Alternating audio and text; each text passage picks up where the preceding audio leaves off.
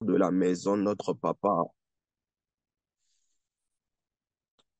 Shalom à tout le monde. Réveille ton frère, envoie un message, appelle très rapidement. Le réveil, c'est maintenant. Fais un retour, je suis réveillé. Un message, que Dieu nous bénisse. Shalom à tout le monde. Je voudrais rendre grâce au Seigneur pour ce moment qu'il nous donne et dire merci au Père spirituel de la maison, à notre Père Arnold Bognon et à sa merveilleuse épouse, notre maman Noélie, qui nous donne cette possibilité de nous exprimer en ce matin. Que le nom du Seigneur soit béni. Alors, nous allons rendre grâce au Seigneur. Tu t'es levé ce matin, tu as les yeux ouverts, tu fais partie encore des champions pour la conquête de cette journée. Tu fais partie de ces personnes avec qui Dieu n'a pas encore fini d'écrire une histoire. Dieu n'a pas encore terminé. Tu vas rendre grâce. La Bible nous dit que les bontés de l'Éternel se renouvellent chaque matin. En ce matin, que tout ce qui respire loue l'Éternel, tu vas ouvrir la bouche et tu vas commencer à rendre grâce. Rends grâce avec moi. Nous bénissons ton nom. Nous te disons merci. Toi, le Dieu fidèle et juste. Jusqu'ici, tu nous as réveillés. Jusqu'ici, tu nous as sécurisés. Dans la foi. Oh, tu le veux soleil jusqu'à son coucher. Tu es bon parce que c'est ta nature. En ce matin, oh, tu nous rassembles encore une fois de plus. Oh, pour un but bien précis. Tu nous as réveillés en ce matin pour nous faire le marathon du cycle de la vie qui est comparable à toi, qui est égal à toi, qui peut égaler à toi dans les hauteurs, dans les profondeurs. Il n'y a que toi. De la Genèse à l'Apocalypse, tu es le même hier, aujourd'hui et éternellement. Nous sommes totalement reconnaissants face à ta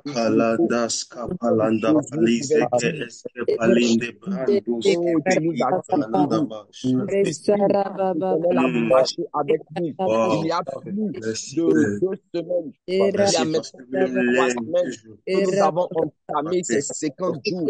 Mais jusqu'ici, l'Éternel n'a cessé de nous guider sous la coupole de notre Père spirituel, sous le mandat de l'apôtre. L'Éternel n'a cessé de marcher avec nous. Merci Saint-Esprit. Merci pour ta présence. Merci parce qu'en ce matin, nous faisons partie des marathoniers de la vie, du cycle de la vie. Merci pour ce système Merci d'être mon système de réflexion. Merci, en ce matin que nous possédons pour toute notre mobilité. En ce matin, parle à Dieu, prie.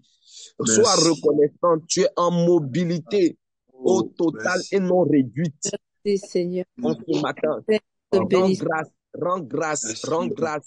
Merci Père. Nous te Merci pour ma maison. Merci pour ma famille. Merci pour mes enfants. Merci parce que c'est un privilège d'appartenir à la révolution apostolique. Merci parce que c'est un privilège de connaître toi. Merci Père éternel, de te connaître toi, Jésus-Christ de Nazareth. C'est un privilège. Seigneur, nous voulons t'adorer ce matin. Jésus. Notre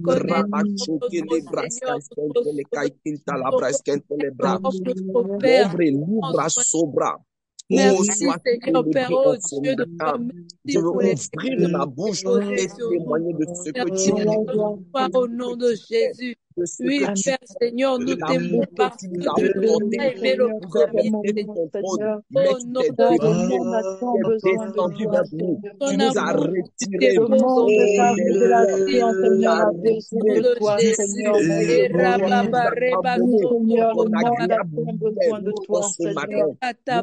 Transforme, Seigneur, dans l'ignorance. Aide-les à voir la connaissance de toi, Seigneur.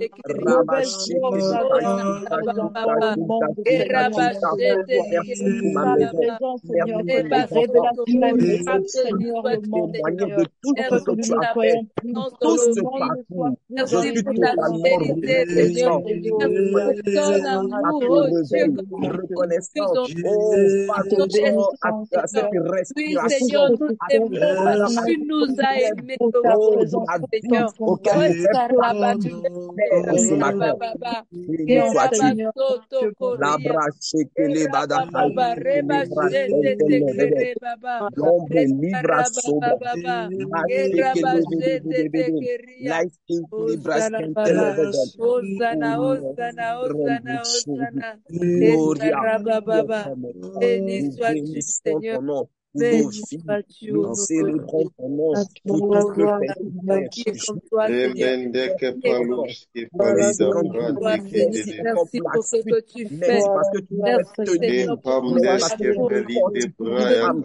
Tu garder nous dans ta fortifies un présence. esprit. C'est toi qui Tu veilles fortifies sur un nos corps âmes. C'est abattu. toi qui Au nous nom gardes dans puissant de ton amour. Jésus. C'est toi qui nous gardes dans ta Donne présence. l'énergie. Tu Oh Père, réveilles merci notre Seigneur esprit notre ce Dieu. matin. Tu Oh réveilles la maison Sarababa, par un tu nous esprit as fait informatique. veiller à Seigneur. et nous avons bouffé d'eau. Accède nos Seigneur, au eaux. nom de Puisse Jésus, nous Père encore Seigneur, des eaux. Oh, merci Seigneur. Merci, Sarababa, Rabachete, Karababa. encore en toi. Il est Tu bon nous de maintiens encore demeurer dans en ce toi, réveil. Seigneur. Tu nous gardes Il est éveillés. bon de Tu nous gardes demeurer en toi, éveillés. Seigneur. Sois Il est élevé, bon de demeurer en Tu nous toi, gardes Seigneur. éveillés. Rababa, Rabachete, Tekere, Baba. Osana, Rababa. Béni sois-tu, Seigneur. Nous t'adorons, Seigneur. Nous t'aimons, Seigneur. Nous t'aimons tu nous as aimés au premier. C'est parce que tu nous as aimés le premier, Seigneur. Seigneur, nous te Merci remercions pour pour ta les barres présence dans de nos la vies. vie, Seigneur. Merci pour ta présence. Ta présence, Seigneur, est la force que nous portons, Merci pour Seigneur. ce Ta présence est la force que nous avons pour gagner, ta Seigneur. parole Oh, de la vie, Seigneur. Sarababa. Tu es Et tout pour nous, Rabachete, Seigneur. Kere. Tu es tout pour le monde, Merci Seigneur, mon pour Dieu. ta vie. Merci pour Nous mon sommes amour. là, Seigneur. Et Bénissons au ton nom de nom. Keria, Jésus. Ta Rekarababa, face lumière dans ton esprit véritable, Seigneur, dans la vérité, Seigneur, il mon est Dieu, mon bon roi. de Nous voulons passer, nous voulons il est bon témoigner la grandeur de ton nom, Seigneur, mon Dieu, mon Sois roi. prié encore en ce matin. Alléluia. Nous voulons être Prions avec en toi. ce Nous matin voulons que être Dieu fidèles à toi comme toi, tu es ressuscite fidèle à Jésus. nous, Seigneur. Alléluia. Prions encore en ce matin que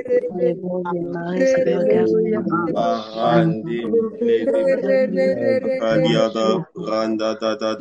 A besoin de toi, Seigneur. Tu es digne, Seigneur. va prier encore en ce matin. Tu es Dieu digne.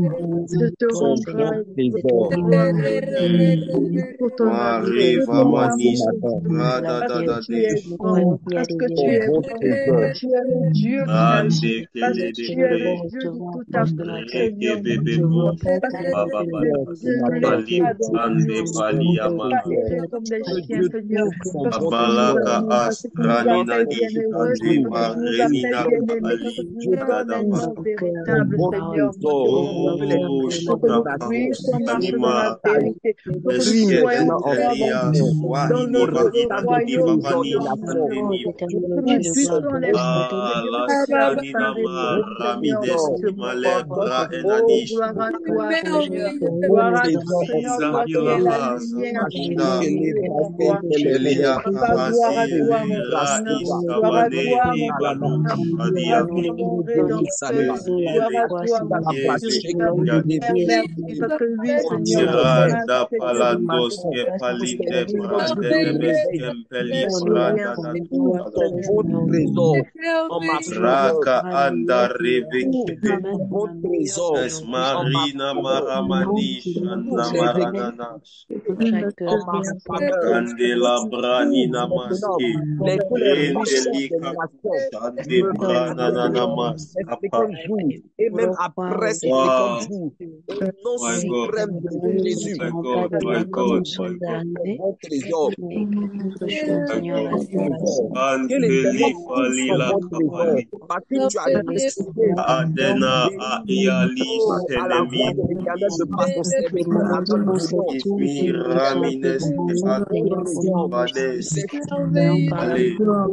et même après ces 50 jours, afin de te maintenir éveillé, afin de te maintenir ton bon trésor et les richesses pendant et après les 50 jours de réveil, que les richesses des nations ne parviennent maintenant. Nous avons décidé, de passer par les 50 jours, d'obéir à la voix de l'Éternel avec ton serviteur Père, au nom de Seigneur, pour ton bon trésor. Pendant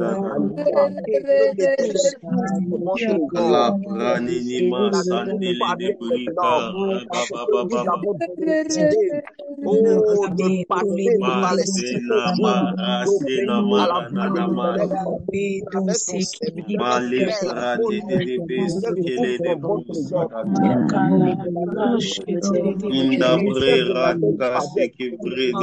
après ces 50 jours de réveil, que les richesses des nations nous parviennent. Nous relevons le rafraîchissement.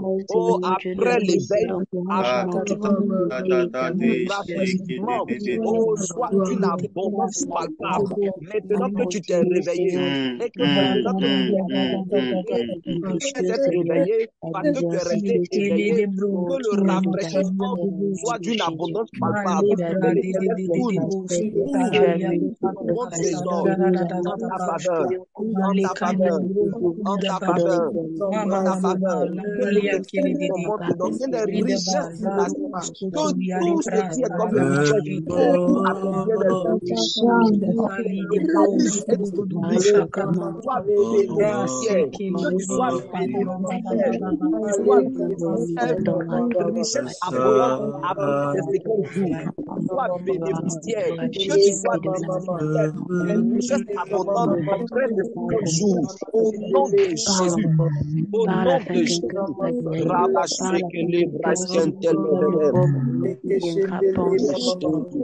Que les richesses des nations me parviennent. Maintenant, l'ombre livre à Sobra. Alléluia.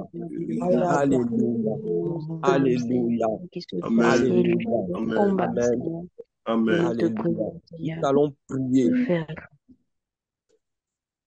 L'orateur d'hier pouvait dire qu'il y a de ces réveils qui ne peuvent se matérialiser, qui ne peuvent perdurer sans moyens financiers, sans argent. C'est presque impossible. À l'instar il a pris l'exemple de Joseph d'Arimathée, qui était, en plus d'être spirituel, qui était aussi établi financièrement, jusqu'à réclamer le corps de Jésus, à qui on n'a pas refusé le corps de Jésus, parce qu'il avait les finances. Pour dire que le parler en langue ne suffit pas. Donc, pour rentrer dans la vision de l'orateur, tu vas prier que Dieu fasse de toi une dispensation financière, que Dieu fasse de toi un bailleur de fonds du royaume. Prie le Seigneur en ce matin. Rabacheke les bras. Que Dieu fasse de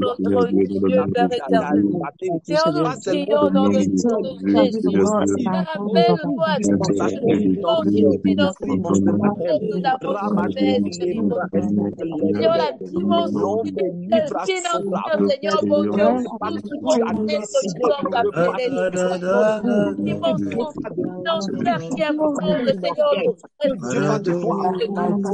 Au nom de Jésus, Seigneur, amène-nous des décisions professionnelles aujourd'hui.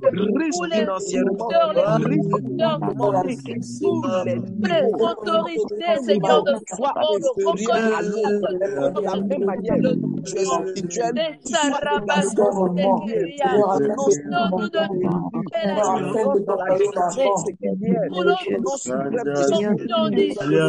Seigneur, amène-nous à cette décision. par qui tu as décidé, d'accorder de l'intérêt à ce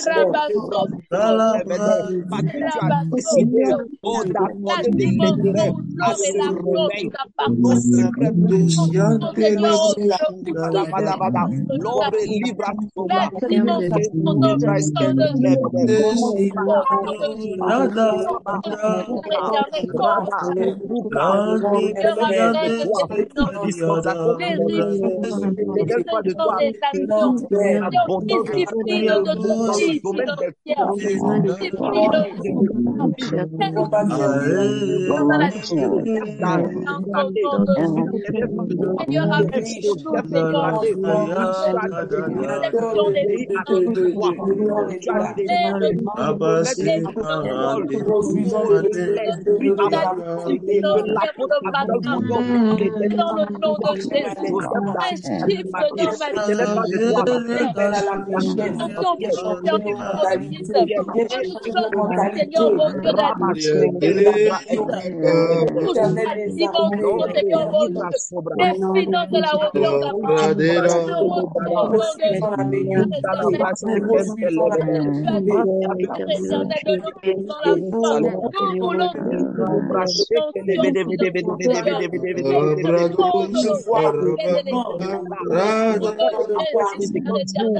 non secret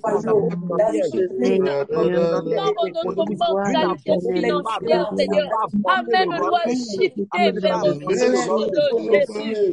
Mène-nous, Seigneur, la discipline financière au nom de Jésus.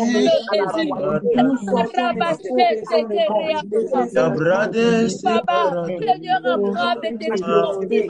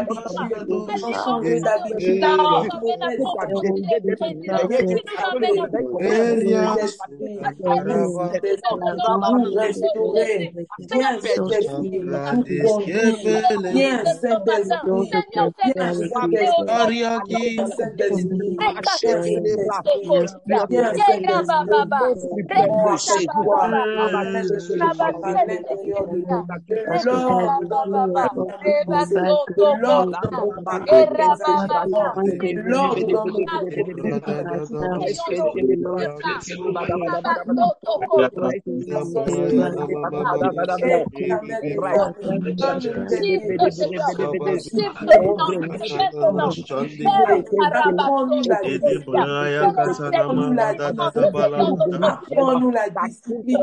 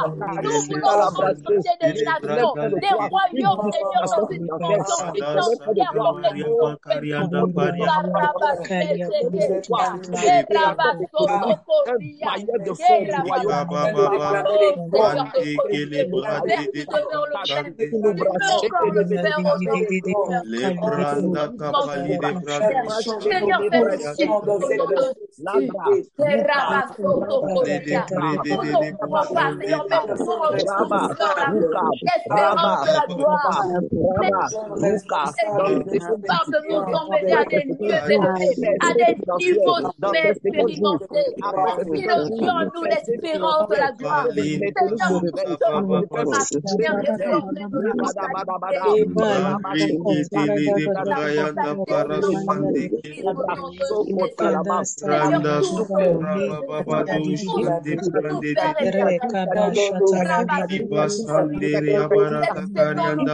confronter les royaumes financièrement. Nous voulons confronter les nations financièrement. Seigneur, élève les nations de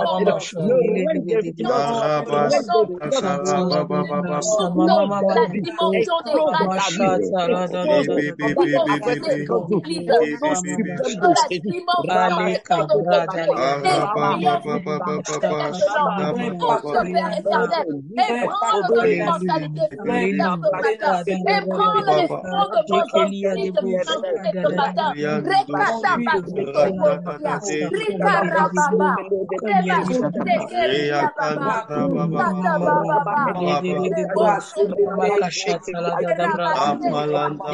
nous appelons à l'église de cœur.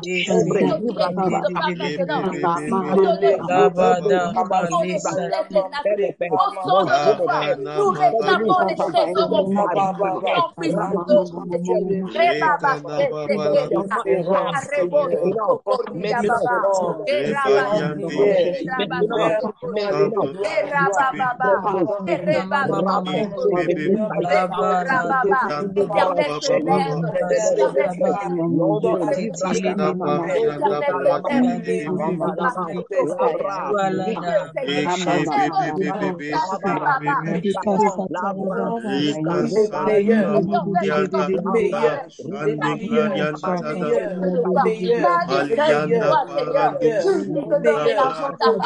Seigneur, montre-nous ces choses. Montre-nous ces choses. Nous les avons lues dans les Écritures. Nous voulons les vivre. Nous voulons expérimenter ta parole financièrement. Nous expérimenter ton style financier, ton intelligence financière. Nous voulons expérimenter cela. Au nom de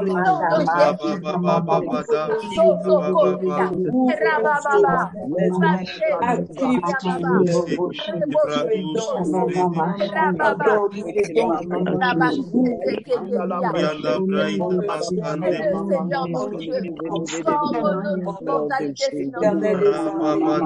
Une reconfiguration.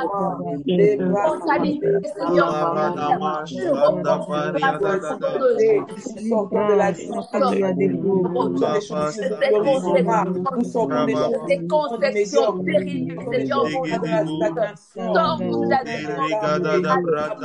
Au nom de Jésus.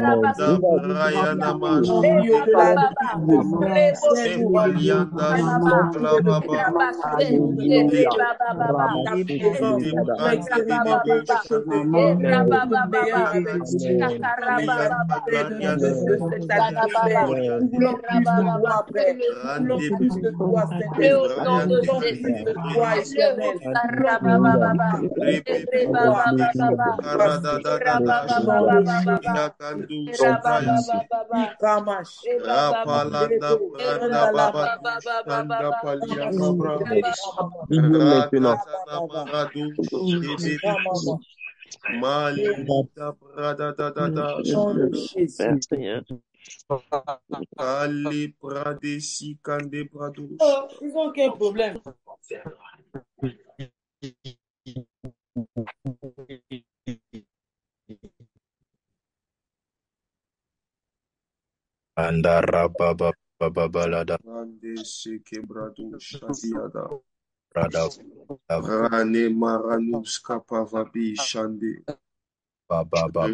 D'hier disait comme ça que Amen. Nous ne pouvons pas porter un réveil et faire des textes. En tant que fils du royaume, notre voix doit porter.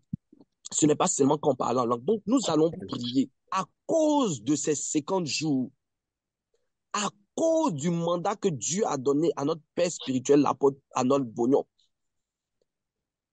Le thème de cette année, il avait dit une église dans la ville Une église dans la vie ne reste pas entre quatre murs en train de parler en langue. Que Dieu te positionne parce que tu as décidé d'être réveillé et de maintenir le réveil, d'être éveillé et d'être réveillé. Que Dieu te positionne dans les sphères de ce pays, de ton pays, de là où tu te trouves dans ton travail à tous les niveaux, afin que ta voix porte et que tu puisses influencer également les lois, les autorités de ce pays en tant que fils du royaume, parce que le réveil commence par toi. Prie le Seigneur. Merci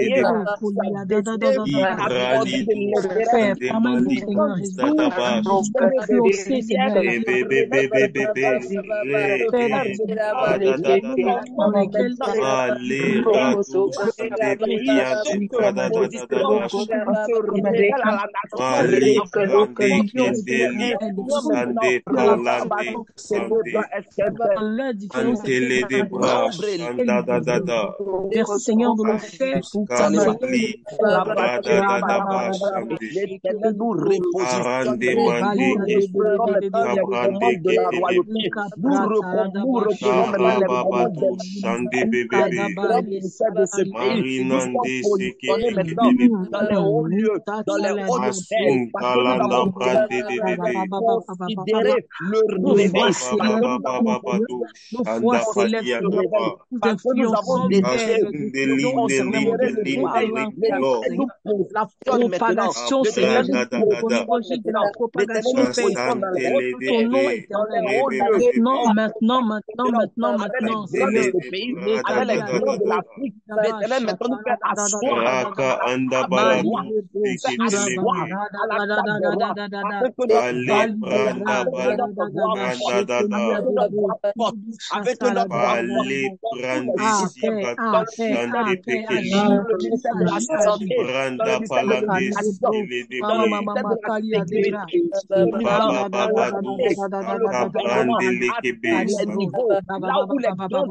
Seigneur, étends, élargis l'espace de nos temps.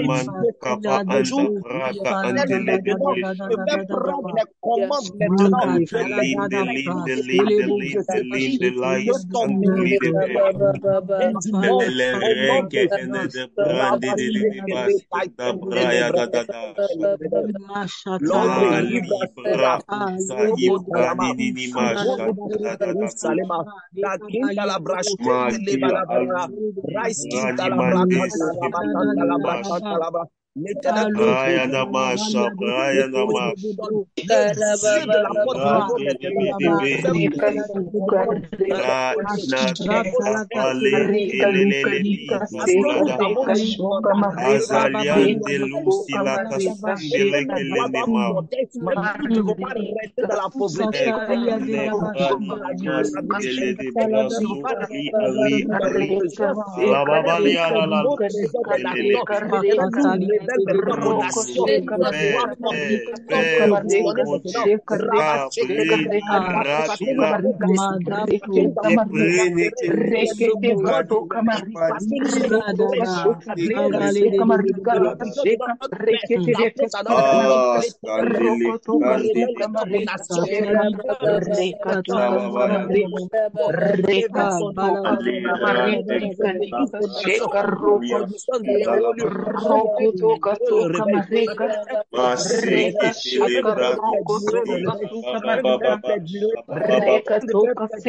réveil. Malila Kasa Palila,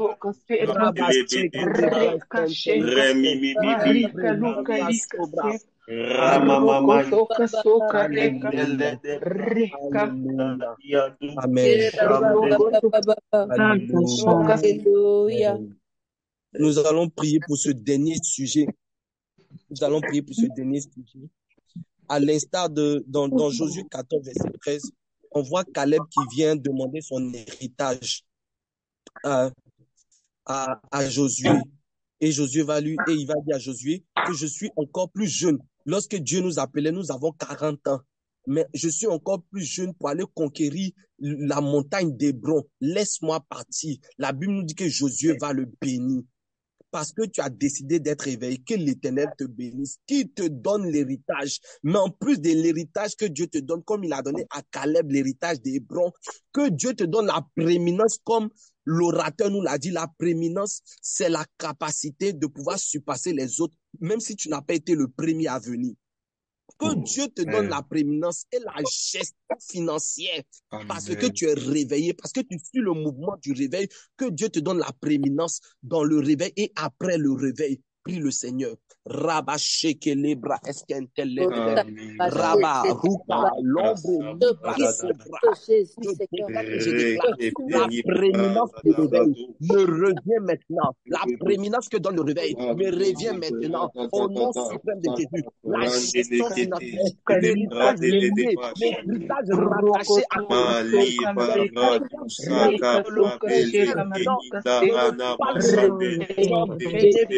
maintenant, ma famille, ma ma communauté en bénéficie. Maintenant, j'ai la prééminence dans ma maison, j'ai la prééminence dans ma famille, j'ai la prééminence dans mon travail, j'ai la prééminence dans ma communauté. L'Éternel examine par le mandat qu'il a donné à la révolution apostolique. Donne-moi la prééminence dans mon travail. Donne-moi la prééminence partout, Seigneur. Dans cette séquence de jour, que je possède mon héritage, que je possède maintenant à l'état de Caleb, selon Josué 14, verset 7, je possède maintenant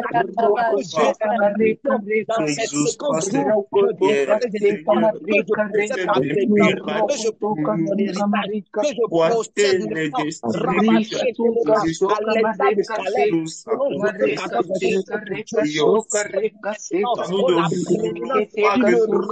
parce que j'ai accepté d'être réveillé.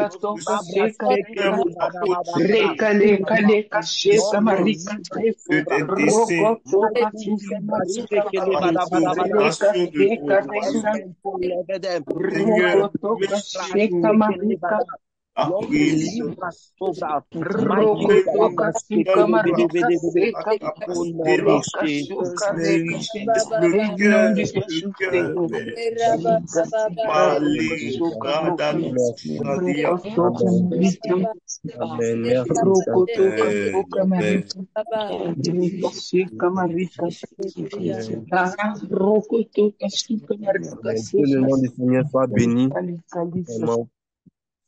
Amen. Que Dieu nous bénisse. Je demande vraiment, je suis vraiment désolé pour le temps. Nous sommes déjà à 4 minutes, 34 minutes. ce qui n'est pas normal, papa. Vraiment, je demande pardon à tout le monde. J'espère que, donc, que le nom du Seigneur soit béni encore. Nous allons passer une autre étape. Vraiment, j'aimerais qu'on acclame le Seigneur pour la vie de notre Père spirituel, le mandataire, lui qui reçoit de Dieu pour nous donner la bouche qui a été consacrée, la bouche qui a été mandatée pour nous enseigner ici à RCC. Notre Père spirituel, l'apôtre Arnold Bognon, que je demande à tout le monde vraiment d'acclamer le Seigneur pour sa vie. Amen. Amen, amen, amen, amen. On peut rendre grâce à Dieu. Écris en commentaire. Amen, amen. Amen, amen, amen. Si tu crois que Dieu nous exauce, si tu crois que Dieu nous exauce, écris Amen. Il entend nos cris. La Bible déclare quand nous prions, il entend. Écris Amen, amen, amen. Nous croyons que ce matin encore, Dieu est en train de prendre nos sujets de prière pour les emmener à un point d'exaucement. Amen. Amen. Amen. Avant de commencer, avant de laisser la parole à notre orateur de ce matin encore, je voudrais bénir Dieu pour la grâce que nous avons de nous retrouver. Que Dieu vous bénisse tous. Je voudrais saluer tout le monde, mais particulièrement tous ceux qui nous ont rejoints, tous les fils et filles de l'apôtre Stéphane qui nous ont rejoints ce matin. Et s'il y a une chose que j'apprécie avec cette église, c'est la discipline de cette maison, c'est la rigueur, c'est l'esprit apostolique qui a été sagement inculqué à cette église par son leader. C'est une église que j'apprécie beaucoup, c'est une communauté que j'apprécie. Que Dieu vous bénisse abondamment. Merci d'être avec nous ce matin, de prier avec nous, de joindre vos voix à nos voix pour cette prière, pour ce temps de matinale aujourd'hui. Que Dieu vous bénisse tous. Bonjour à tous ceux qui sont habitués aussi, tous les frères et sœurs de l'église RCC et de notre plateforme APN. Dieu vous bénisse également. Vous savez certainement qu'il y a un frère qui n'est pas encore là, donc je te laisse juste 30 secondes pour prendre ton téléphone et l'appeler, lui dire qu'on a commencé. On a tellement commencé qu'on est sur le point d'aller dans la parole. Donc, prends le téléphone rapidement, appelle quelqu'un, réveille quelqu'un qui est certainement encore endormi, qui n'a pas entendu son réveil. Et voilà, rapidement, prends le lien, ramène à quelqu'un, invite une personne encore en plus. Et nous allons commencer dans quelques petites minutes. Je voudrais rendre grâce à Dieu pour l'opportunité qu'on a de recevoir cet homme de Dieu avec nous. Vous savez, il y a des gens qu'il aurait fallu connaître si tu ne les avais pas connus. Et je pense qu'il en fait partie. C'est un homme de Dieu exceptionnel. Ça fait partie des gens que j'aime et que j'apprécie énormément. Je ne le dis pas par protocole, je le dis parce que c'est vrai. C'est quelqu'un que j'apprécie énormément pour la qualité de son travail et pour la façon, j'ai envie de dire la science apostolique avec laquelle il bâtit. J'apprécie énormément son charisme, son leadership.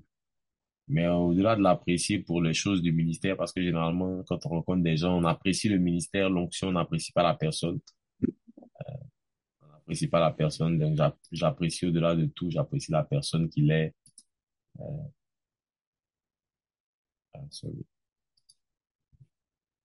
J'apprécie la personne qu'il est, n'est-ce pas? Et j'aime beaucoup ce qu'il fait, j'aime beaucoup sa famille aussi, son épouse et tous les frères et sœurs que j'ai eu l'occasion de rencontrer déjà à l'église. En tout cas, merci beaucoup, apôtre, d'être celui que tu es. Merci de nous être très cher à nous et à ta communauté, à ton église. Et on a le privilège de le recevoir depuis mercredi. Je disais hier que ce n'est pas un acquis parce que donner trois matins comme ça, je sais, moi-même en tant que leader, je sais que je suis très occupé, je sais que lui aussi l'est. Et accorder 3 matins comme ça à notre programme, venir se déverser, se déployer, c'est un grand privilège. Je voudrais saluer cette grâce que nous avons et honorer Dieu pour la vie de son serviteur. Merci beaucoup pour cette marque d'attention. Mais je voudrais pas prendre plus de temps. Je voudrais qu'on puisse donc lui laisser toute la place. Et je voudrais juste que pour ça, tu écrives en commentaire, je suis prêt, je suis prête, je suis prêt, je suis prête, je suis prêt, je suis prête. Écris juste ça en commentaire, je suis prêt, Je suis prête. Je suis prêt. Je suis prête. Je suis prêt.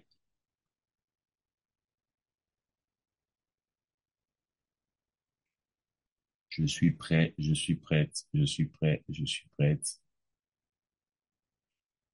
Voilà. Il nous a bénis depuis mercredi et hier, on a été encore très richement bénis. Et je crois qu'aujourd'hui, nous le serons encore également. Je voudrais, s'il vous plaît, que vous puissiez m'aider à recevoir celui qui conduit à la fois la communauté Guidation des Nations et le Centre apostolique de réveil. Je voudrais que vous puissiez m'aider à recevoir à ce pupitre le mari de maman prophétesse Praxède, le père de cette maison apostolique que Dieu bénit à Libreville et dans les nations. Je voudrais que vous puissiez m'aider à recevoir l'apôtre Stéphane Kumbasamba pendant qu'il prend la parole. Acclamons le Seigneur en commentaire pour recevoir son point. Merci apôtre, à toute la place. Alors, j'espère que vous allez bien par la grâce de Dieu. Pour ceux qui sont à Libreville, donc salut la Côte d'Ivoire, à l'église RCC, Révolution Apostolique, à tous les leaders, toutes les servantes de Dieu, peu importe les communautés, que vous dirigez les plateformes associatives, que Dieu vous bénisse énormément. C'est une joie pour moi de pouvoir clôturer mes jours d'intervention. Je rends grâce à Dieu également pour la confiance que me fait l'apôtre Arnold Bognon, qui est un ami, un frère à moi aujourd'hui, et son épouse, maman Noélie Bognon et toute l'équipe, des fils qui travaillent avec lui. Alors, pour ceux qui sont à Libreville, c'est qu'il y a certains qui vont au travail. Vous pouvez continuer à écouter l'enseignement, même avec vos écouteurs et autres. Et pour ceux qui sont encore à la maison, ne ratez aucune des vérités qui vont être libérées ce matin. Nous parlons de manière globale, hein, la thématique globale, ce sont les nouveaux instruments de réveil. C'est le thème global de ces 50 jours de jeûne, de prière organisés par Royal Centre Chrétien, donc RCC. Et nous bénissons le Seigneur pour ce partenariat, cette collaboration des ministères apostoliques et la manière à laquelle l'apôtre Arnold Bognon valorise également ce que nous faisons, apprécie aussi ce que nous faisons avec le Seigneur. Donc depuis 2 jours, là nous sommes au 3e jour, je parle de la différence entre le réveil, le renouveau et l'éveil. Pour ceux qui n'étaient pas là depuis le mercredi, je vais juste établir la petite différence qui existe.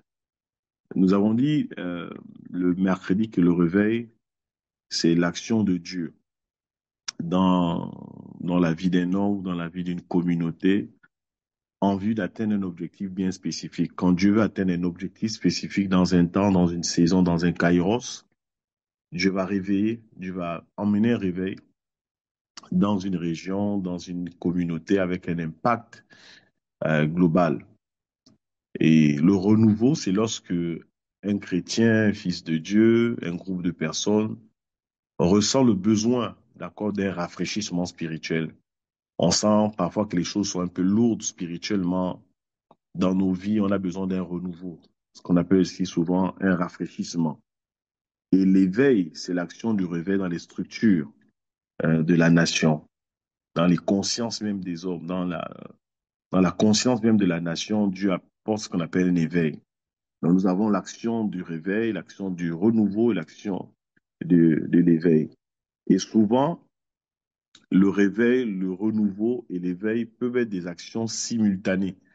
Pendant que Dieu apporte le réveil, Dieu apporte aussi de manière simultanée le renouveau et de manière simultanée l'éveil. On pouvait voir en même temps parfois, dans un réveil, les gens prennent conscience de certaines choses. Et dans le même élan, des hommes qui avaient abandonné pendant un moment donné la foi, qui était comme désactivée, sont réactivés. Et nous allons voir ce matin comment est-ce que Dieu peut emmener un réveil dans le même élan, un renouveau dans le même élan, un éveil. Nous allons le voir. J'ai voulu parler ce matin de l'histoire de l'Église, mais c'est très long. je pense que l'apôtre Arnold Bognon a touché quand même quelques aspects lorsqu'il présentait hier que vous avez eu la grâce de toucher quand même un certain nombre de réveils à travers le monde euh, et comprendre un peu comment les réveils sont nés. C'est toujours important de savoir les principes activateurs des réveils. Donc, chaque réveil a un principe activateur. C'est comme ça que l'Église catholique romaine, qui est née au travers des Constantins et autres, euh, voilà, qui ont mis en place un certain nombre de systèmes. Le catholicisme romain, le pape a remplacé, qui est devenu le vicaire, comme le représentant de Dieu sur la terre. Ils ont balayé les 5 ministères, apôtres, prophètes, évangélistes, pasteurs. Ils ont mis en place tout le système de la prêtrise du catholicisme romain en place, les abbés, les curés et autres, et les cardinaux. Donc, toute cette classification a balayé complètement les ministères établis par Jésus. Et pendant 1500 ans, le catholicisme romain a dominé. Vraiment, l'Église catholique romaine a vraiment dominé le monde pendant 1500 ans. Pour certains théologiens, ils appellent ça l'âge des ténèbres. Donc, d'ailleurs, même les vérités bibliques ont été cachées. Quand le catholicisme romain a émergé, là, on est au IIIe siècle. Parce que l'Église du 1er siècle, on est Actes des Apôtres jusqu'au 2e, 3e siècle. Troisième siècle, on a les Constantins qui arrivent dans cette phase, 3e, 4e siècle. Et c'est là où, pendant plus de 1000 ans, 1500 ans, le catholicisme romain va émerger. Et c'est au milieu de tout cela que vous avez un homme appelé Martin Luther, pas Martin Luther King, mais Martin Luther, qui était un prêtre et un moine. Il était de nationalité allemande. C'est comme ça qu'il y a un réveil, un renouveau en même temps, mais l'éveil. C'est-à-dire que les trois actions simultanément vont être manifestées. Le réveil de Luther, qu'est-ce que Luther constate? Il constate que l'Église catholique exige ce qu'on appelle les pénitences. Donc, ils vont exiger que euh, l'argent soit apporté et que par rapport à ces actions de pénitence et des indulgences, parce qu'ils vendaient les indulgences, si tu donnes de l'argent et puis ton âme, boum, ça monte au ciel. Donc c'est par là qu'ils ont bâti la plus grande basilique qui existe au monde, la basilique Saint-Pierre, qui existe en Italie. Ils l'ont bâti à travers des indulgences. Et chaque fois que tu donnais de l'argent, tu apportais de l'argent, ils disaient que ton âme était sauvée. Ils ont bâti les systèmes tels que les purgatoires. Euh, voilà, ils ont construit tous ces systèmes-là. Vous savez que le concept tel que le purgatoire, ça, moi, quand j'étais plus jeune, avant ma conversion, bon, c'est des concepts qui nous plaisaient bien parce qu'on se disait, ben, s'il y a un purgatoire qui existe, donc tant mieux à vivre notre vie comme on peut la vivre. Et puis après, on a au moins une possibilité d'aller au purgatoire, aller corriger un peu notre vie, et puis après, nous allons au ciel. Ouais, euh, c'est des choses que les gens se sont assis sur ces doctrines. Vous savez, dans l'Église, la doctrine est très importante. Quand les gens bâtissent avec des très mauvaises doctrines, malheureusement, ça crée ce que ça crée, où les gens sont des païens parce qu'ils estiment qu'il y a un purgatoire, ils peuvent vivre leur vie de dépravation. Ils auront un endroit, ils vont être recyclés pour aller adorer Dieu dans l'éternité. Mais c'est de l'ignorance. Et Luther a constaté cela. Je dis bien Martin Luther, pas Martin Luther King, l'Américain. Hein. On parle de Martin Luther, 1517. Donc, on est au début du XVIe siècle. Et il se rend compte que l'Église catholique a caché énormément de choses, notamment le juste vivra par la foi. Et quand il découvre cette vérité, il va rédiger 95 thèses. D'accord? Il va afficher ça sur les portes de l'université et les gens vont commencer à lire ces thèses-là. Il va déjà dire, le pape ne peut pas être représentant de Dieu sur la terre parce que par la mort et la résurrection de Jésus, nous avons tous accès au trône de la grâce. Donc, on ne peut pas passer par un homme pour accéder à Dieu. J'ai téléchargé ces 95 thèses-là. On n'a pas le temps de lire cela. Il va rédiger cela et Luther il va être excommunié de l'Église catholique. Il va être chassé. Et c'est de là que vient le mouvement protestantiste. Donc le protestantisme naît en réalité d'un système, d'accord, qui était combattu. Donc Luther vient combattre le système du catholicisme romain. Et lorsqu'il le combat, la haute autorité de l'Église catholique romaine, le pape, va décider de l'excommunion de Luther. Et c'est comme ça que quand Luther sort de l'Église catholique, nous avons maintenant le mouvement du protestantisme. Donc, c'est le premier mouvement de grand réveil qui a eu lieu. Luther n'est qu'un acteur parmi d'autres acteurs qui sont aussi, on a les Calvins et autres, qui sont aussi des acteurs de ce réveil, d'accord, qui a mené la première réforme de l'Église. Et vous avez comme ça, là, ça va se succéder. Malheureusement, Luther lui-même également va connaître quelques déviations.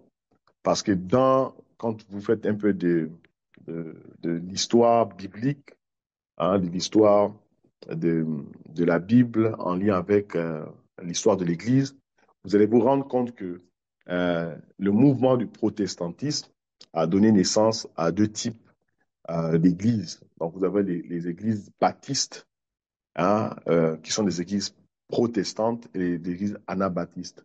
Ensuite, il y a eu d'autres courants d'églises qui vont naître, tels que les églises évangéliques. Et Luther, lui, quand il sort du système du catholicisme par excommunion, ce qui va se passer, c'est qu'il va maintenir un certain type de fonctionnement de l'Église catholique, notamment, lui continuera à baptiser les bébés. Luther continue à baptiser les bébés. C'est pourquoi vous verrez, par exemple, que dans certaines branches de l'Église évangélique, certaines églises évangéliques continuent à faire le baptême des bébés. Ils baptisent des bébés comme chez les catholiques. En fait, dans certaines églises évangéliques, quand vous y êtes, vous avez l'impression d'être dans une église catholique. Et je pense que vous savez ça. Vous avez vu parfois, vous voyez parfois même à la télévision, et peut-être même vous pouvez aller vous asseoir dans une église évangélique. Vous dites, mais eux, ils sont comme des catholiques parce que simplement, ils sont sortis, d'accord, du système, mais le système reste en eux. Vous avez un système, on ne le quitte pas parce qu'on sort physiquement. Il y a tout un système, il y a toute une réconfiguration interne qui fait en sorte qu'on sort d'un système. Et donc, c'est comme ça qu'au fur et à mesure, des mouvements vont naître. Ensuite, nous avons les mouvements de sainteté avec John Wesley, qui donne naissance aux églises méthodistes au fur et à mesure. Et donc, Wesley aussi va dévier à un moment donné. Dieu va susciter d'autres mouvements. Nous avons par exemple les William Bott, par exemple avec les mouvements, par exemple, de l'armée du salut. Ensuite, nous avons les mouvements pentecôtistes qui va commencer au début du XXe siècle, donc 1904-1906, avec par exemple, le réveil d'Azusa Street en Californie. Je pense que l'apôtre Arnold vous a parlé certainement de ça, ou peut-être vous en parlera un peu. Le réveil d'Azusa Street qui a donné naissance aux églises pentecôtistes, par exemple, Assemblée de Dieu. Est-ce que vous savez, par exemple, que les Assemblées de Dieu, à la base, c'est une église de Blancs, Assemblée de Dieu. D'ailleurs, euh, juste ouvrir une parenthèse très rapidement, comment le mouvement assemblé disons, le mouvement pentecôtiste va naître. Le mouvement pentecôtiste naît à partir, d'accord, d'un mouvement ségrégationniste, c'est-à-dire un mouvement raciste. Ça signifie Dieu peut utiliser un raciste pour faire sa volonté. Dieu, vraiment, c'est extraordinaire. Parce que celui qui porte la semence, par exemple, du pentecôtiste, c'est Charles Parham. Charles Parham, c'est un blanc. Parce que William Seymour, d'accord, qui amène le vent du pentecôtisme, du réveil pentecôtiste en Californie, à la rue Azusa Street, lui, il est noir, c'est un bon, un œil ouvert, un œil fermé. Mais celui qui est l'enseignant de William Seymour, Charles Parham, il est blanc. Nous sommes au début du XXe siècle. Ce réveil pentecôtiste, ce mouvement pentecôtiste, 1904-1960, vous pouvez regarder, faites des recherches, vous allez tomber sur ça. Et Charles Parham, il est le leader d'un mouvement ségrégationniste appelé le Ku Klux Klan. Vous avez déjà vu ça, par exemple, parfois dans les films, vous avez vu dans les films américains, des Noirs américains et autres, où on torture, on tue les Noirs, tout ça là. Vous avez les membres du Ku Klux Klan qui sont des gars habillés tout en blanc avec des grands chapeaux, des grandes croix qui venaient brûler les plantations des Noirs, qui venaient torturer les Noirs pendant la nuit, pendant que les gars ils dorment. Ils viennent à 2 heures du matin, ils sortent les Noirs, ils les tuent, ils les brûlent, tout ça là. Charles Parham faisait partie de ce mouvement satanique appelé Ku Klux Klan. Le même Charles Parham était baptisé du Saint-Esprit. Le même Charles Parham enseignait le Saint-Esprit, enseignait le baptême du Saint-Esprit. Et donc, il s'est retrouvé Parham enseignant, d'accord, dans des écoles. Et William Seymour, selon l'histoire, était de l'autre côté de la salle parce que les Noirs et les Blancs ne se mélangeaient pas. Ils ne se mélangeaient pas du tout. Hein, vous voyez que les Noirs et les Blancs avaient des écoles de Blancs et des écoles de Noirs. Et c'est à la fenêtre de la salle que William Seymour reçoit le baptême du Saint-Esprit. Ça signifie qu'aujourd'hui, les gens veulent avoir des zones de confort pour être activés. Vous savez, les grandes activations ne viennent pas souvent des zones de confort. D'ailleurs, la plus grande révélation de toute la Bible en ce qui concerne les événements futuristes, d'accord, a été reçue dans une île appelée l'île de Patmos. Ce n'est pas dans un hôtel 5 étoiles que Jean a reçu les révélations concernant les événements eschatologiques, les événements des temps de la fin. Il a reçu cela dans un environnement carcéral parce que l'île de Patmos, c'était la prison de ceux qui étaient rebelles au système, en fait, de l'Empire romain. Et c'est dans ce contexte qu'il a reçu. Donc, une élévation en esprit. Monter en esprit ne nécessite pas toujours des conditions. Parfois, pour que vous montiez en esprit, Dieu vous met dans un environnement carcéral. Parfois, il faut une ségrégation. Il faut parfois qu'on tue des gens pendant un moment pour que parfois l'Église prenne conscience de la nécessité d'un réveil. Et c'est dans ce contexte-là que William Seymour, pour revenir sur Seymour, reçoit le baptême du Saint-Esprit. Et quand il fait cette expérience-là, il va en Californie.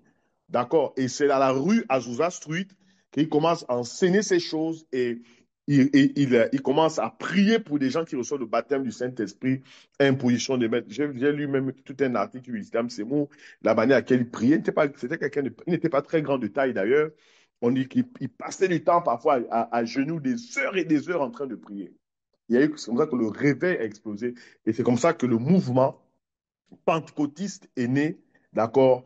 Et ce mouvement pentecôtiste est né dans un contexte vraiment racial. C'était une crise raciale aux États-Unis.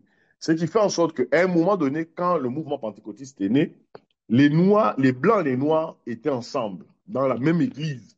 Mais à un moment donné, la dimension raciale qui était dans l'ADN des Blancs s'est révélée. Et ils ont dit non, même si le Saint-Esprit est avec nous, même si on prie tous en langue, même si les Noirs aussi sont baptisés du Saint-Esprit, nous, on ne peut pas faire les cultes avec eux. Les Noirs sont sales. Les Noirs, nous ne pouvons pas le faire ensemble. Et donc, ce qui s'est passé, c'est que la ségrégation qui existait à cette époque a fait en sorte que les Blancs décident de bâtir leur église à côté, qu'ils ont appelée Assemblée de Dieu. Assemblée de Dieu. ADD. Assemblée de Dieu. Et à l'origine, une église de Blancs. Et les églises de Noirs ont été dénommées les Church of God. Quand vous regardez les films américains, d'accord, vous verrez par exemple que dans ces films-là, vous verrez parfois des films américains où il y a que des églises, des Noirs, des Noirs, des Noirs, des Noirs, avec les trucs comme les full gospel, hein, voilà, vous voyez par exemple des Noirs qui chantent, qui ont c'est comme ça que c'est né. Donc, Assemblée de Dieu, là, que vous voyez partout aujourd'hui, là, c'est une église qui est née à partir du mouvement pentecôtiste. Et c'est une église qui a l'origine église de noir, c'est de blanche. C'est la raison pour laquelle vous verrez par exemple que les assemblées de Dieu bénéficient énormément de subventions venant des États-Unis, du Brésil, de beaucoup de pays, parce que c'est des églises qui sont à l'origine des églises blanches. Je peux parler. Et ça, c'est important de comprendre l'histoire aussi de l'église. Et le pentecôtiste lui-même également va connaître aussi des dérives dans le mouvement pentecôtiste, des grandes dérives dans le mouvement pentecôtiste, et ça va donner naissance aux charismatiques. Les charismatiques vont venir, en fait, par la suite, parce que dans le mouvement pentecôtiste, il y avait un problème qui se posait, c'était le problème du clergé et des laïcs. C'est-à-dire qu'on a concentré les dons uniquement sur les leaders. C'est-à-dire que c'est le pasteur, c'est le prêtre, c'est eux qui ont le droit d'avoir les dons, de manifester les dons. Or, les autres qui sont dans le peuple, là, ce qu'on appelle les laïcs, eux, ils n'ont pas le droit. Et c'est comme ça qu'il y a eu maintenant des charismatiques, des ministères indépendants vont émerger. On a des mouvements charismatiques avec, par exemple, Demos Shakarian, par exemple, qui sont des grands acteurs du mouvement charismatique, qui va lui aussi dévier, le mouvement charismatique va dévier pour donner naissance à un autre mouvement, d'accord? Donc, nous avons les mouvements, par exemple, plus de l'arrière-saison, où les ministères vont commencer à être restaurés, tels que l'apostolique, le prophétique, la dimension évangélistique dans l'Église, la dimension pastorale, la dimension de docteur. Toutes ces dimensions vont commencer à être restaurées. Ensuite, on a maintenant le mouvement de la parole de foi.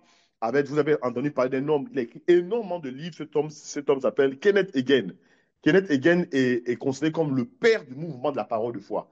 Hein, vous frappez par exemple Kenneth Hagin, vous allez voir par exemple qu'il y a énormément de livres de Kenneth. Et il a beaucoup enseigné sur la foi. Ouais, il a beaucoup enseigné sur la foi, Kenneth Hagin. Ensuite, mouvement de foi, de la parole de foi. Vous tombez sur le mouvement prophétique. Et le père du mouvement prophétique, c'est Bill Hamon. C'est l'un on va dire, c'est l'un des géants en ce qui concerne le mouvement prophétique. Bill Hamon, il a énormément écrit. C'est pourquoi apprendre aussi l'anglais est une bonne chose parce que vous savez, les francophones sont très pauvres, même en matière de livres. C'est très pauvre. Je rends grâce à Dieu pour l'apôtre Arnold Bognon qui écrit maintenant. C'est très, très important. Moi, on me reproche beaucoup. On me dit, il faut écrire, il faut écrire. C'est important d'écrire. Donc, vous avez Bill Hamon. Si vous frappez Bill, donc B-I-L-L, Hamon, vous allez voir qu'il écrit énormément. Tous les livres de Bill Hamon sont sur le prophète. C'est le père du mouvement prophétique. D'accord, Bill Hamon. Il y a d'autres également, mais Bill Hamon est l'un des, voilà, Bill Hamon est l'un des pères, c'est l'un des géants dans la restauration du mouvement prophétique. Bon, vous avez des gens comme, par exemple, Billy Graham, qui est mort. Lui aussi faisait partie des géants dans le contexte, surtout de la parole de foi. Billy Graham et autres. Donc ça, c'est important de pouvoir comprendre ça. Et après, donc, on est dans les années 80. Et quand on rentre dans les années 90, on rentre vraiment dans les mouvements de réforme, de réforme apostolique. Donc, on va dire les réveils réformes apostoliques commencent dans le début des années 90 jusqu'à présent. C'est pourquoi vous verrez que de plus en plus, la dimension apostolique est restaurée dans l'Église. Une église, une communauté globale doit avoir un parfum apostolique. Même si l'Église n'est pas forcément dirigée à la base par un apôtre. Mais le premier parfum qu'on ressent dans une église doit être apostolique, avec des bases prophétiques. C'est-à-dire que l'église est bâtie sur le fondement des apôtres et des prophètes. Mais en réalité, c'est les mouvements dont on a cité. Je voudrais certainement, l'apôtre Arnold, certainement enrichira ce que je suis en train de dire. Dans les mouvements précédents, c'est les mouvements des églises, des mouvements évangéliques, par exemple, avec les réformes de Luther, plus de 500 ans aujourd'hui, entre 1517 et 2017, on a célébré 500 ans de la réforme de Luther. Donc, ça fait plus de 500 ans depuis la première réforme. Mais est-ce que vous savez, par exemple, que c'est une forme de déviation de l'Église aujourd'hui que d'avoir, par exemple, des églises dirigées par un collège de pasteurs? En réalité, l'Église n'est pas dirigée par un collège. L'Église doit être dirigée par un conseil apostolique. D'ailleurs, les apôtres et les prophètes sont comme les garants de la doctrine. Un pasteur ne peut pas bâtir une doctrine. Un évangéliste ne peut pas bâtir une doctrine. Un docteur ne peut pas bâtir une doctrine. C'est les apôtres et les prophètes. D'ailleurs, toute la Bible a été écrite par deux grâces. Il n'y a même pas des ministères, je dis deux grâces, deux dimensions, deux architectures, deux architectes.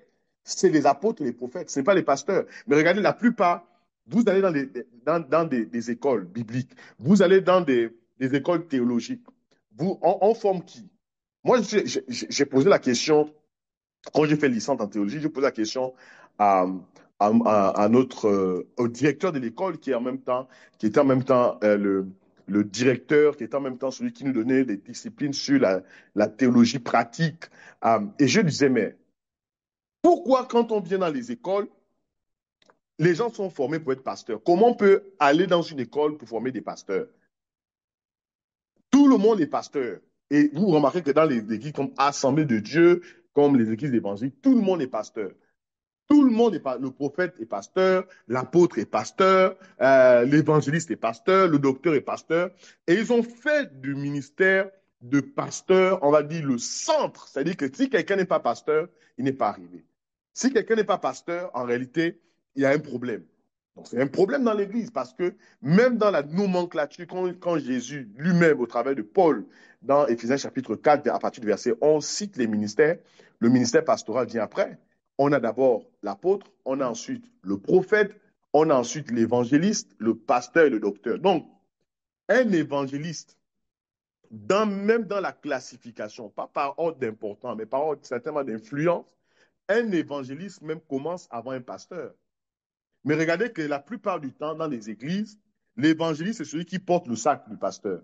En fait, l'évangéliste, c'est le petit qui est dans l'église, qui est un peu chaud là, qui crie, qui saute. Lui, c'est l'évangéliste, c'est le bon petit du pasteur. Donc, on va te dire, mon bon évangéliste, et il va porter le sac du pasteur. Qui a dit que l'évangéliste porte le... C'est une grâce dans l'église. L'église a besoin des vrais évangélistes. Regardez par exemple Dag. Dag était un évangéliste, était un vrai évangéliste, un évangéliste authentique.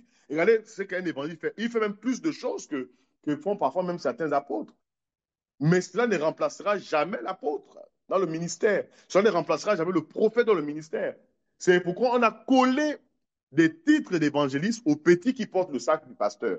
C'est lui-là qui est évangéliste, le bon petit du pasteur. Donc nous devons briser ces choses-là et revenir sur, on va dire, l'orthodoxie même de la vraie dimension des ministères. Ça aussi, c'est un réveil, le réveil de la doctrine.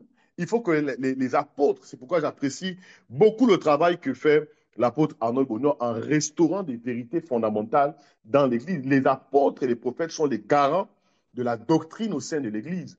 Hein, vous comprenez la doctrine même du salut. Il faut réenseigner la question du salut dans l'Église. Il faut réenseigner la doctrine des baptêmes, la doctrine de l'imposition des mains. Il faut réenseigner toutes ces choses. Et un réveil vient aussi avec une restauration des doctrines fondamentales, la précision, recalibrer les doctrines fondamentales au sein de l'Église et éviter des hérésies.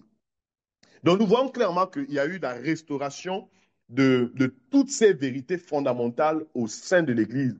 Et donc tous ces réveils qui sont nés, ces réformes que Dieu a menées au fur et à mesure dans l'Église ont permis de restaurer des vérités fondamentales qui avaient disparu avec le catholicisme romain. D'ailleurs, eux-mêmes se sont même divisés.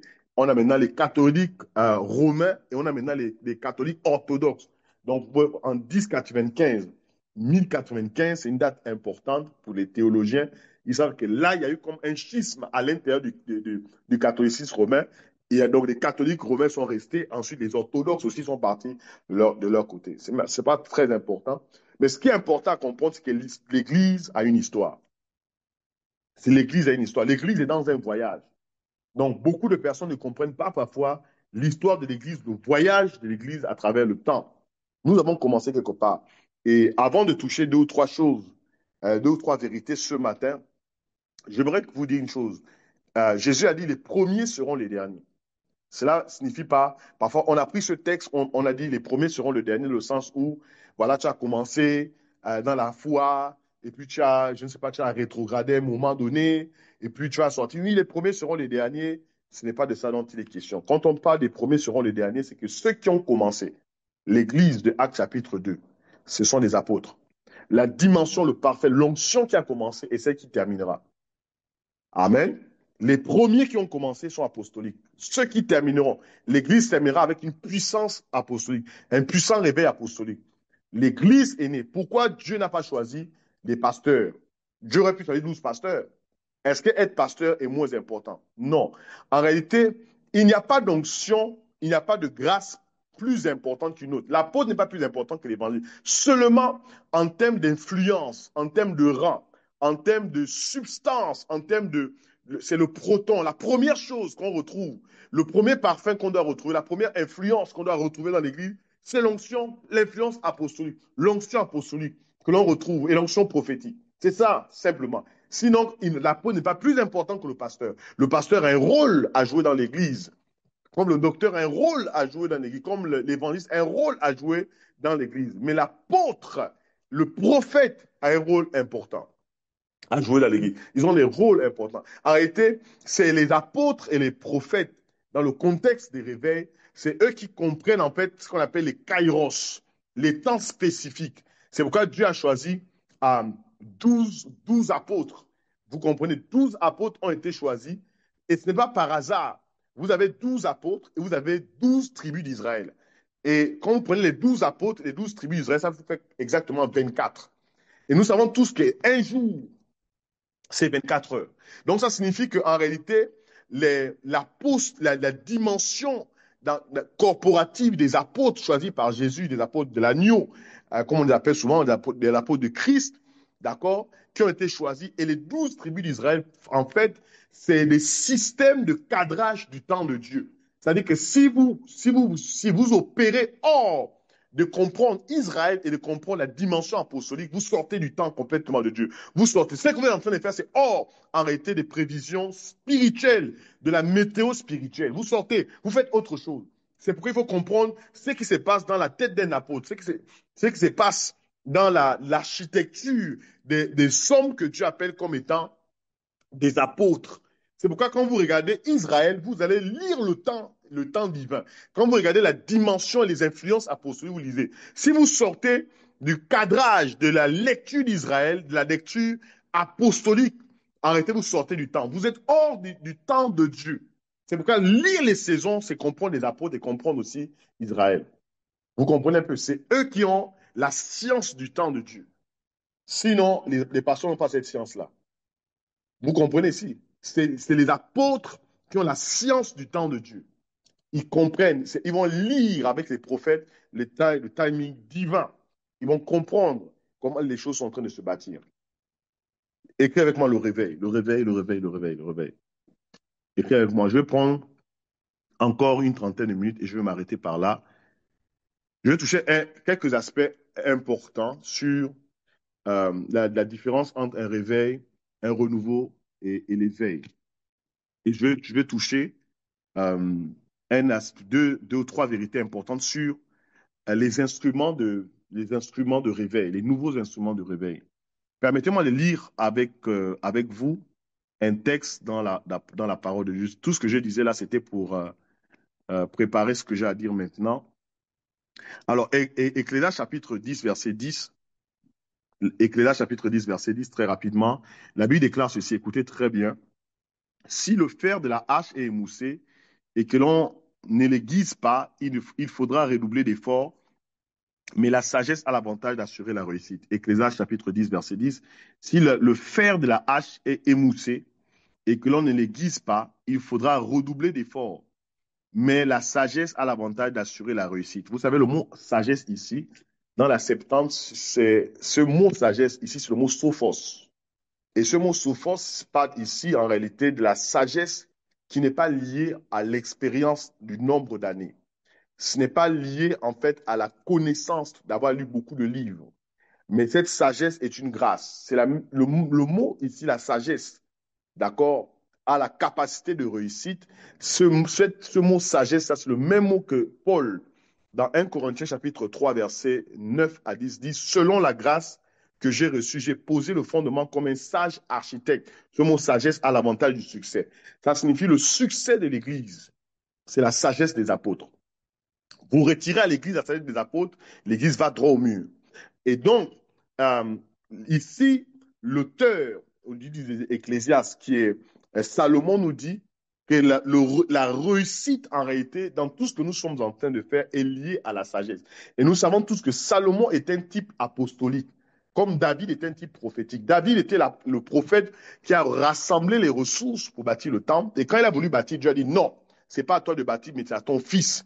C'est les apôtres qui bâtissent, les prophètes voient les ressources et les rassemblent, mais ceux qui ont la capacité de bâtir avec la sagesse, ce sont les apôtres. Tout le monde me suit ici.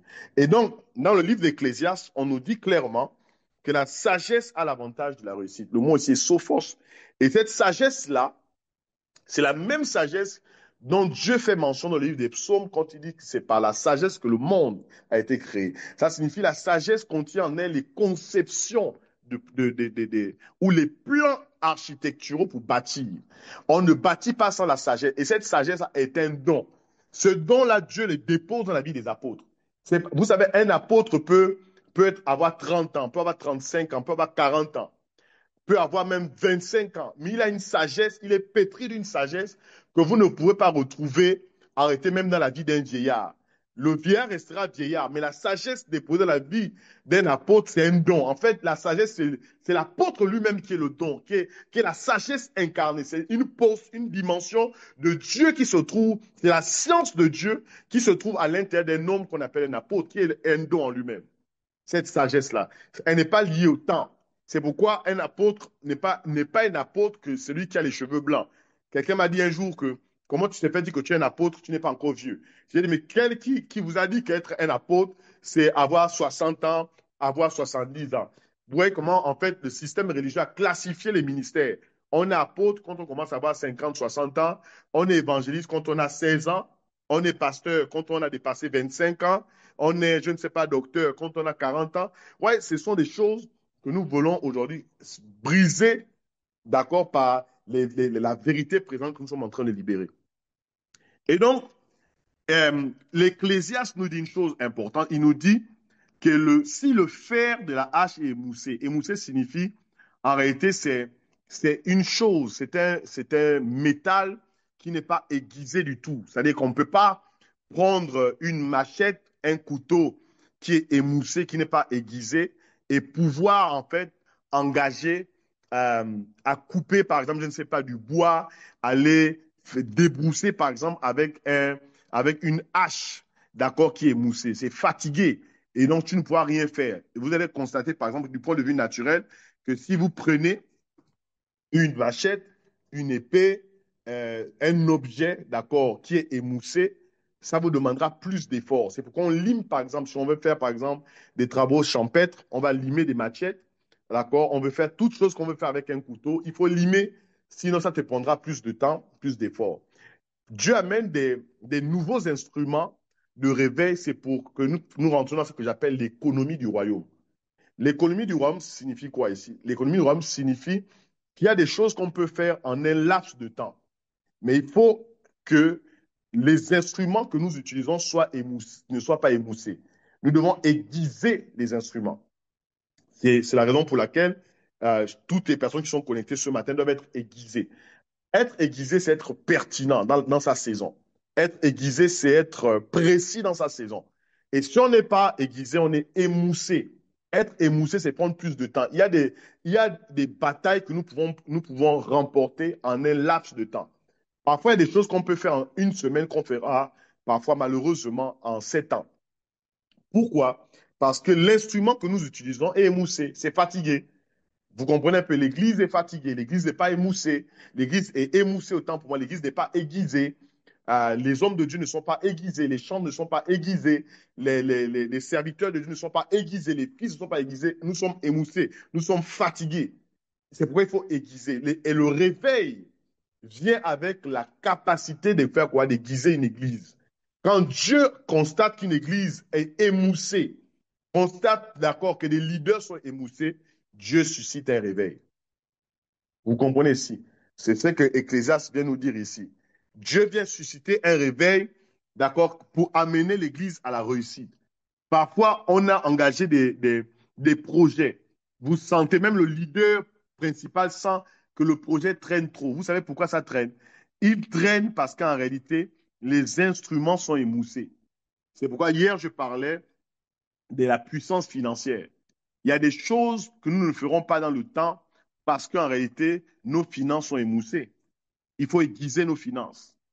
Il faut aiguiser, d'accord, nos réalisations pour permettre à ce que nous fassions les choses dans le temps de Dieu. Dans 1 Samuel chapitre 13, verset 19 à 22, la Bible nous fait mention d'un phénomène assez étrange qui s'est produit en Israël. Et ce phénomène, c'est ceci. Je vais paraphraser le texte parce que je n'ai plus beaucoup de temps. La Bible dit qu'on ne trouvait aucun forgeron dans tout le pays d'Israël en ce temps-là. 1 Samuel chapitre 13, verset 19 à 22. Car les Philistins les empêchaient d'ici établir de peur qu'ils ne se mettent à fabriquer des épées, des lances pour le compte des Hébreux. Aucun des Philistins ne possédait d'épée ou de lance, à l'exception de Saoul et de son fils Jonathan. Ce texte est important ici. 1 Samuel chapitre 13, verset 19 à 22. Pourquoi ici les Philistins empêchaient l'établissement des forgerons en Israël? Parce qu'en réalité, nous savons tous que ceux qui travaillent la métallurgie, ceux qui travaillent le fer, ce sont les forgerons. Empêcher aux forgerons de s'établir dans des nations, dans des communautés, en réalité, c'est empêcher à l'Église d'être pertinente.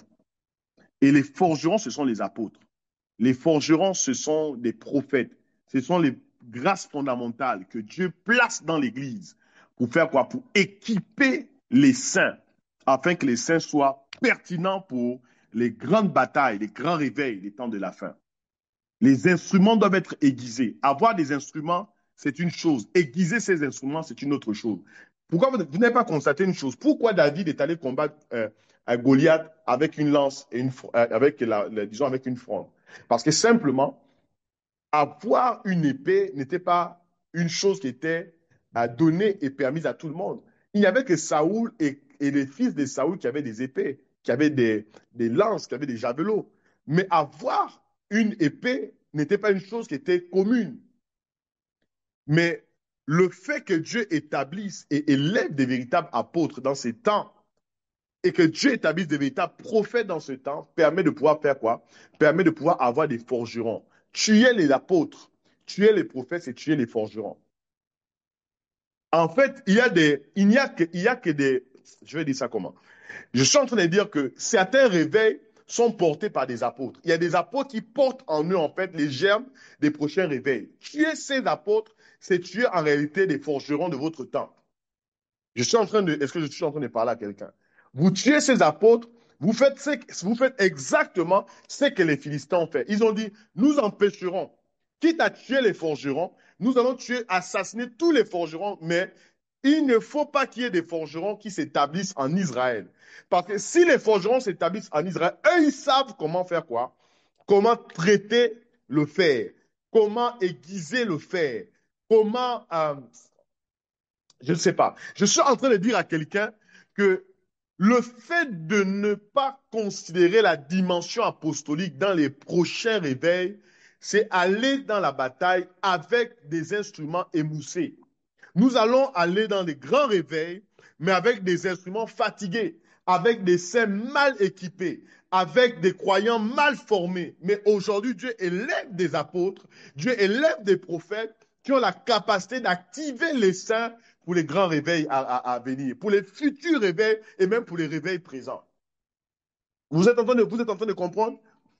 Donc, le monde des ténèbres est parfois conscient de la dimension apostolique dans le contexte des réveils. Mais nous ne sommes pas conscients. Nous tuons nos apôtres. Nous tuons nos prophètes. Nous tuons nos évangélistes. Nous tuons nos dons. Mais les Philistins, ils comprennent cela. Les Philistins comprennent en fait les enjeux des réveils. Une chose émoussée est une chose qui est devenue moins pointue, moins coupante, moins pertinente. En effet, il existe dans la vie des personnes émoussées, il existe des personnes émoussées, des communautés émoussées, des hommes émoussés, des femmes émoussées.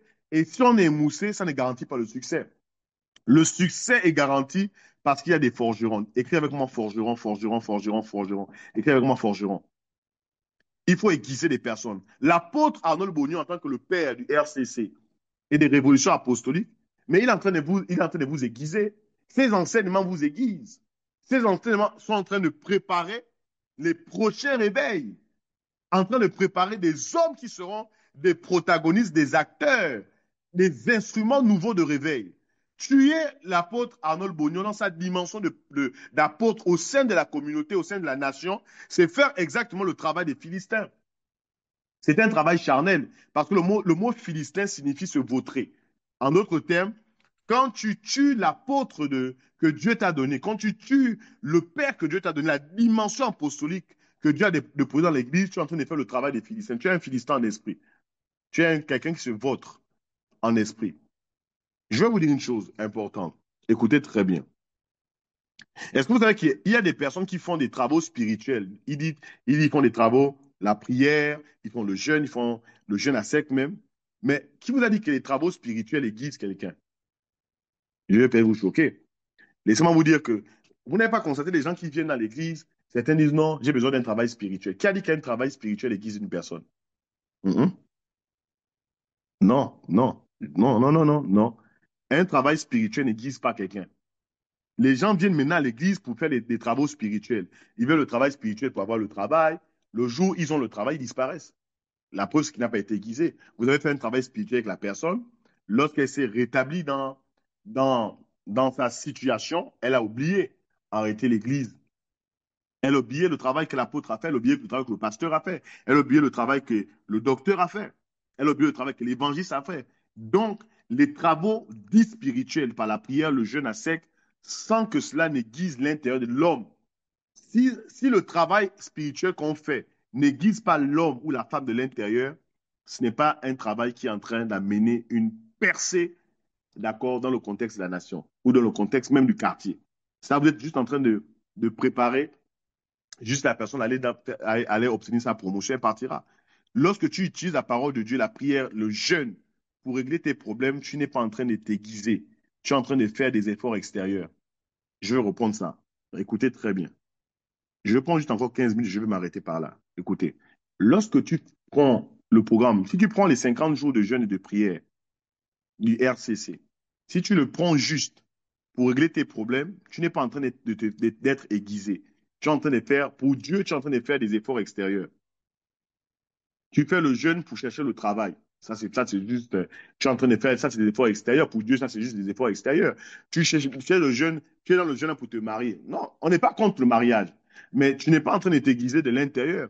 Mais lorsque la prière, lorsque le jeûne sont utilisés pour transformer ta vie intérieure, ton homme intérieur, à partir de ce moment, tu es en train d'être aiguisé pour donner de l'impact divin dans le contexte communautaire. Amen. C'est pour dire que ce qui est intéressant déjà pour Dieu, c'est l'impact divin à l'intérieur de l'homme.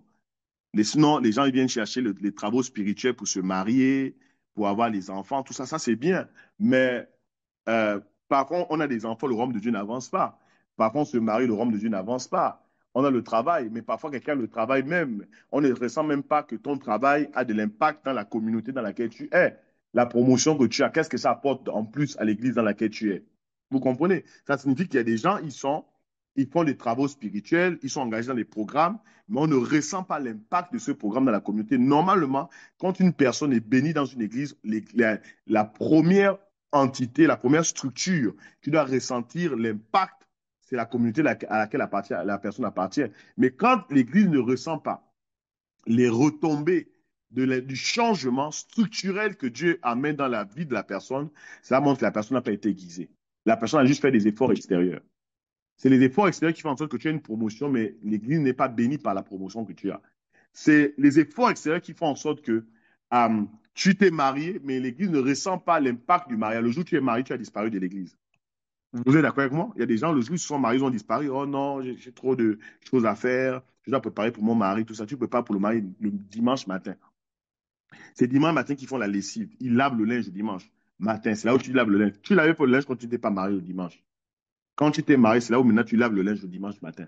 Vous voyez des choses comme ça là. Parce que les gens ne sont pas aiguisés de l'intérieur. Je prends encore, donne-moi encore 10 minutes. Je vais m'arrêter par là. Donc c'est pourquoi nous devons être aiguisés. Dieu est en train de susciter aujourd'hui des forgerons, des hommes et des femmes qui sont capables d'aiguiser. Il faut aiguiser les saints pour les réveiller. Aujourd'hui, l'Église est devenue juste un endroit où on fait des efforts extérieurs. Les gens veulent les promotions, ils veulent des enfants, ils veulent le mariage, mais ils ne sont pas prêts à bâtir le royaume de Dieu, faire en sorte que les choses avancent. Donc, je vais définir un peu le concept. 10 minutes seulement encore, je vais terminer. Les forgerons, la conception des forgerons, du point de vue du royaume. Le forgeron est un ouvrier ou un artisan professionnel qui forge à la main et assemble des pièces de métal pour réaliser des objets usuels ou entrant dans la composition d'un bâtiment. Donc, le forgeron est quelque part un architecte. En hébreu, le mot ici est sharash. Un forgeron est un artisan. C'est un graveur, c'est un artificier, c'est une personne habile. Le forgeron également est un guerrier, c'est un sculpteur. Le forgeron est un artisan. Le forgeron est un charpentier. Le forgeron est un fabricateur. Le forgeron est un travailleur. Donc, quand Dieu place des apôtres pour préparer des réveils, comme je dis, l'apôtre est quelqu'un qui porte un réveil, qui porte des dimensions de réveil en lui. Et quand il travaille dans la vie des personnes, par les enseignements, par la doctrine, il est en train en fait de faire quoi? Il est en train de graver, il est en train de sculpter. C'est un artisan. Et j'aimerais que tous ceux qui sont là, Adrien, les Albertine, les Lisa, les Andy, les Anne-Esther, l'apôtre Pierre, les Béatrice, les Blaise, les Charité, les Charlie, Nathalie, comprenez que là où Dieu vous a placé, celui qui est votre père, qui est votre autorité, c'est lui qui est votre artisan, c'est lui qui est votre forgeron. Est-ce que vous savez que chacun de nous doit avoir son forgeron? Mais je te pose la question, qui est le forgeron de ta vie? J'entends des doctrines selon lesquelles les gens ils peuvent grandir seuls. Ils n'ont pas besoin de pasteurs, ils n'ont pas besoin d'apôtres. Il y a comme ça des théories sont arrivées. Je ne vais pas citer les noms des gens qui sont venus avec des doctrines selon lesquelles on n'a pas besoin de pasteurs, on n'a pas besoin d'apôtres, on n'a pas besoin de leaders. On arrive dans une salle, si quelqu'un a un chant, il donne le cantique. Si quelqu'un a une révélation, il donne la révélation. C'est des mensonges. Dieu a établi dans l'Église des leaders jusqu'à ce que Jésus revienne. Il a établi ses leaders. Je te pose la question, qui est ton forgeron? Je pose la question, attendez, je vais lire ça rapidement. Qui est le forgeron de Valériane? Qui est le forgeron de Sandra? Qui est le forgeron de Romuald? Qui est le forgeron de Ngomo? Qui est le forgeron de Nerly Fernandez? Qui est le forgeron de Nadine? Qui est le forgeron, d'accord, de Drebo? Qui est le forgeron de Maria Stella Zier? Qui est votre forgeron? Chacun de nous doit avoir son forgeron. Amen. Cherche ton forgeron. Tu ne peux pas être aiguisé s'il n'y a pas de forgeron à tes côtés. C'est l'apôtre Arnold Bognon qui nous donne la forme et la direction. Ça, c'est Marc Christian qui dit. Donc, l'apôtre Arnold Bognon, c'est ton forgeron. Tu tues ton forgeron, tu n'auras pas la forme. Le Saint-Esprit donne les formes au travers des forgerons. Parce que le Saint-Esprit, c'est l'esprit de sagesse. C'est lui qui vient dans la vie des apôtres pour que les apôtres deviennent les forgerons des hommes et des femmes dont ils ont la responsabilité de conduire. Tu es ton forgeron et tu n'auras pas la forme. Parfois, la forme de l'homme d'affaires ou de la femme d'affaires que tu dois devenir dépend du forgeron. C'est le forgeron. Écoutez, l'apôtre n'a pas besoin d'être homme d'affaires, mais l'apôtre a la science pour te faire entrer dans la dimension de la réussite de l'homme d'affaires ou de la femme d'affaires que tu as appelé à devenir. Il a le plan, il a l'architecture. Écoutez très bien. Quand vous allez acheter un médicament, vous avez la notice de ce médicament. En réalité, le forgeron a la notice. Tu peux avoir le médicament, mais si tu n'as pas la notice, tu vas faire un surdosage, tu vas mourir. C'est pourquoi les apôtres, les prophètes, les grâces que Dieu dépose dans nos vies, c'est pour éviter de faire ce qu'on appelle un surdosage. Ils ont la notice, ils ont le plan architectural. Ce sont eux qui vont te dire un comprimé le matin, un comprimé à midi, un comprimé le soir. Si tu vas juste dire non, de toute façon, j'ai la Bible, de toute façon, j'ai des enseignements sur EMCI, de toute façon, j'ai des enseignements, je vais écouter YouTube. Mais tu peux écouter YouTube avec un surdosage. Je suis en train de parler à quelqu'un. Tu peux écouter YouTube avec un surdosage. Est-ce que vous savez que trop de paroles tue la parole? Je vais vous dire ça comme ça. Tout ce qui est en excès, tout ce qui n'est pas équilibré, tue l'équilibre. En d'autres termes, trop d'eau tue l'eau dans ton corps. Parce que dans notre corps, il y a une quantité d'eau à ne pas dépasser. Dans notre corps, il y a une quantité de sang à ne pas dépasser. Pour un être humain, c'est 5 litres de sang. Si on t'ajoute un dosage de 1 litre en plus, tu vas mourir. Je suis en train de dire à une personne, cherche ton forgeron. Et si tu as le forgeron que Dieu a déposé dans ta vie, respecte ce forgeron-là. Parce que les Philistins, eux, ils savent l'importance du forgeron. Est-ce que vous savez que chaque chef d'État a un forgeron? C'est pourquoi je disais, un jour, et je vais enseigner sur ça le dimanche, je suis en train de dire ceci. Le trône est nourri par l'autel. En d'autres termes, même les chefs d'État ont des forgerons, ont des conseils. Vous voyez la première puissance mondiale, les États-Unis, avec Donald Trump. Donald Trump, le jour de son investiture, il avait des forgerons qui étaient autour de lui, c'était des pasteurs. Il a des conseils spirituels. Vous ne pouvez pas avancer sans des forgerons, sans des conseillers, sans quelqu'un vers qui vous allez soumettre un certain nombre de choses. Il y a des gens, ils soumettent des choses parfois dérisoires. Le jour où ils ont des... Écoutez, apôtre, je peux parler de cela. Donnez-moi encore 5 minutes. Est-ce que je peux parler? Si je peux parler, vous me dites juste, je peux parler. Je veux parler juste pendant encore 5 minutes. Écoutez, il y a des gens, ils ne vont voir l'apôtre, ils ne vont voir le pasteur pour des choses dérisoires. Ils vont voir l'apôtre pour dire, Quand tu as un contrat de 100 000, là, l'apôtre est ton conseiller. Là, le pasteur est ton conseiller. Le jour où tu as un contrat de 50 millions, tu ne vas plus voir l'apôtre. Ah, je suis en train de dire, écoutez très bien. C'est-à-dire qu'il y a des gens qui ont des forgerons, ils ne vont voir les forgerons que pour des choses minimes. Quand leur projet commence, quand c'est des projets de 100 000 francs CFA, 200 000 francs CFA, là, ils vont te demander conseil, comment je peux investir les 100 000, et ainsi de suite. Quand ils commenceront à avoir des gros contrats de 100, de 50 millions, de 100 millions, de 200 millions, là, ils oublient les forgerons. Le forgeron n'est plus important mais écoutez, les forgerons ne font pas que forger des petits couteaux. Le forgeron forge aussi des lances, forge aussi des épées. Allez-y poser la question à Saoul. Allez-y poser la question à Jonathan. Chacun de nous doit avoir un forgeron dans sa vie. Amen. Est-ce que vous savez, je suis en train de terminer ce que j'avais prévu de communiquer avec vous. Est-ce que vous savez que le forgeron de David, c'était Jonathan? Preuve biblique à l'appui. Est-ce que vous savez que Jonathan prophétique comment a introduit David en avance dans la royauté? Parce que Jonathan est celui qui a donné son épée prophétiquement à David. Il a donné ses vêtements royaux à David. Il a donné sa lance à David. Il a donné son bouclier à David. En d'autres termes, il n'y a qu'un forgeron qui peut t'introduire dans ta destinée. Je peux avancer un peu pour les quelques minutes qui me restent. C'est la raison pour laquelle tu es ton forgeron, c'est tu es ta destinée. David était conscient qu'il ne pouvait pas accéder à la royauté par passation du relais au travers de Saoul. Il fallait un Jonathan. La raison, en fait, l'acte que Jonathan pose est un acte prophétique. Jonathan ne se rend même pas compte qu'en donnant son épée à David, en donnant ses vêtements à David, en fait, il est en train de transférer la royauté. Je suis en train de dire à quelqu'un, je suis en train de dire à un homme, à une femme ce matin que tu es ton forgeron.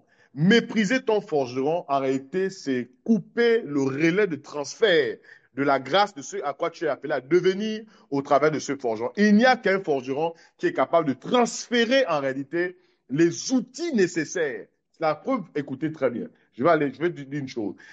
Est-ce que vous savez que ce qui a tué Goliath, ce n'est pas la fronde, ce n'est même pas la pierre, c'est la propre épée de l'incirconcis Goliath. Parce qu'au moment où David constate que le gars, il respire encore, parce qu'au moment où il frappe l'incirconcis Goliath sur la tête, il tombe, mais il n'est pas mort. Donc, en réalité, si le combat s'était arrêté là, les gars auraient récupéré simplement Goliath, il serait parti en soins intensifs, il aurait requinqué, et puis la bataille aurait continué. Mais qu'est-ce qui a tué Goliath? C'est la propre épée de Goliath. C'est le travail des forgerons, en fait, qui achève, en fait, Goliath. C'est le travail fait par les forgerons. Je suis en train de dire que mépriser le travail des forgerons, en réalité, c'est donner du sursis aux gens comme des Goliaths. Je ne sais pas quel est le Goliath de ta vie, mais en méprisant le travail des forgerons, tu donnes du sursis à Goliath. David a compris que la fronde ne pouvait pas régler le problème. Il a pris en réalité l'épée de l'incirconcis et il a tranché la tête. Je suis en train de dire que les armes, les instruments de réveil qui se trouvent de l'autre côté, dans le monde des ténèbres, serviront en réalité à donner la victoire à l'Église dans les prochains réveils. Je suis en train de dire qu'il y a des ministres qui viendront dans nos communautés. Je suis en train de dire qu'il y a des DG qui sont en train d'être formés, qui viendront dans nos communautés pour donner le coup de grâce à la précarité de nos ministères.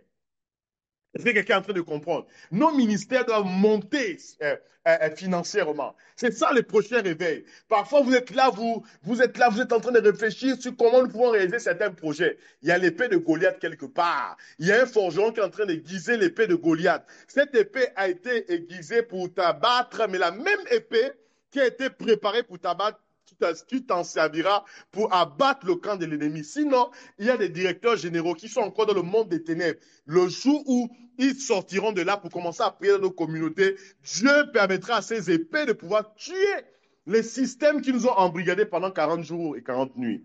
Je suis en train de parler à l'église, je suis en train de parler à une église prophétique, de comprendre le rôle des forces. Et David ne fait pas que couper la tête de l'incirconcis. Il prend l'épée, il prend la tête. Mais pourquoi il garde ces deux éléments? Il prend l'épée et il prend la tête de Goliath. L'épée de Goliath, il l'amène au sacrificateur. Et c'est par là que je termine. Il amène au sacrificateur l'épée qui a été travaillée, rappelez-vous, par des forgerons. Et il prend l'épée, il dit au sacrificateur, étudiez l'épée. Et ils mettent l'épée dans la tente. Pourquoi on met l'épée dans la tente? Pourquoi on met l'épée dans la tente? Parce que, écoutez, une chose qui vous a maintenu pendant longtemps dans la servitude doit être étudiée pour que la prochaine fois que la chose revient, vous sachiez exactement comment mettre fin à ce système. C'est pourquoi il faut étudier les systèmes. L'épée n'est pas seulement une arme, mais c'est un système, c'est une philosophie, c'est, je veux dire quoi, c'est tout un protocole. Et il dit au sacrificateur, prenez ça, étudiez l'objet. En réalité, les sacrificateurs d'aujourd'hui sont également les forgerons de demain. C'est la raison pour laquelle, en étudiant l'épée de Goliath, les sacrificateurs comprennent qu'ils ne peuvent pas demeurer que sacrificateurs, il faut qu'ils deviennent aussi des forgerons. C'est la raison pour laquelle, en réalité, nous, en tant qu'apôtres, nous ne devons pas être juste des apôtres des églises, mais nous devons aussi être des apôtres politiques. Nous devons aussi être des apôtres des entrepreneurs. Nous devons avoir la capacité de gérer et les politiques, et les entrepreneurs, et les sociologues dans nos églises. C'est ça, étudier l'épée. Parce que si nous n'étudions pas les épées, en réalité, les épées vont nous étudier. Je suis en train de dire à quelqu'un ce matin, et c'est par là où je termine. Je termine par là en disant, les réveils qui arrivent, d'accord, viendront avec aussi un certain nombre de forgerons. Ce sont les forgerons qui aiguisent les instruments des prochains réveils. Tuer les forgerons, c'est tuer la pertinence de nos réveils. Dieu est en train de parler à son église, ce que Dieu est en train de nous parler. Nous devons considérer. C'est pourquoi David a dit, écoutez, moi, cette chose-là, je ne sais pas comment ces gars ont fait pour aiguiser cette matière-là, ce silex-là, cette pierre. Mais bon, vous êtes des hommes spirituels, étudiez un peu. Qu'est-ce qui s'est passé? C'est quelle matière ça? Ils ont passé sous la tente d'assignation, ils ont commencé à prier, étudier ça jour après jour. Ils ont dit, non, nous comprenons le secret de cette épée. Vous comprenez ici? C'est pourquoi nous devons nous lever dans cette génération comme des forgerons. Nous devons nous lever comme des gens avec la capacité d'étudier maintenant les métaux, étudier. Nous devons étudier comment est-ce que nous pouvons réussir dans le domaine entrepreneurial. Prendre nos entrepreneurs, comment ils peuvent réussir dans le domaine des ténèbres, à être confrontés avec des systèmes de ce monde. Nous devons étudier comment nos hommes politiques peuvent émerger dans ce système-là.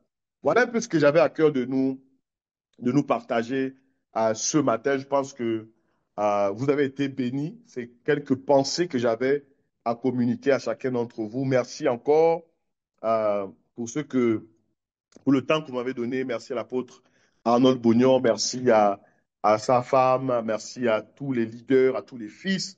Merci à tous les fils du Centre Apostolique pour la Réforme. À mes fils, voilà, qui sont connectés aussi ce matin.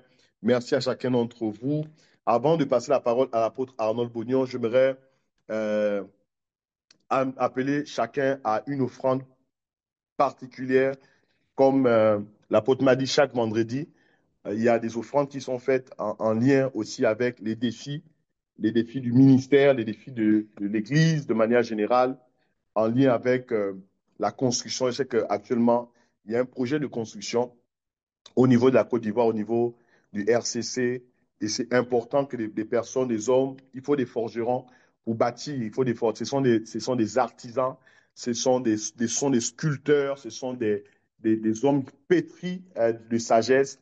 Et nous voulons que l'Église, ce matin, puisse faire cette offrande spéciale par rapport à ce projet de construction. Je ne sais pas s'il y a des coordonnées sur lesquelles l'offrande peut être faite. Voilà, donc je vois ici, vous avez des coordonnées offrande et semences. Donc tous les vendredis, nous vous donnons l'opportunité de s'aimer pour l'expansion du royaume de Dieu et de connecter aux paroles relâchées. Donc vous avez écouté les paroles de ce matin. Vous avez différentes plateformes, Western Union, MoneyGram. Vous avez le nom de la personne à qui vous devez transférer ça. Vous avez des comptes PayPal, vous avez des virements bancaires. Donc, au niveau de BNP Paribas, France même, vous avez Orange Money, Wave, vous avez Paylib, Wero. Donc, vous avez toutes ces plateformes.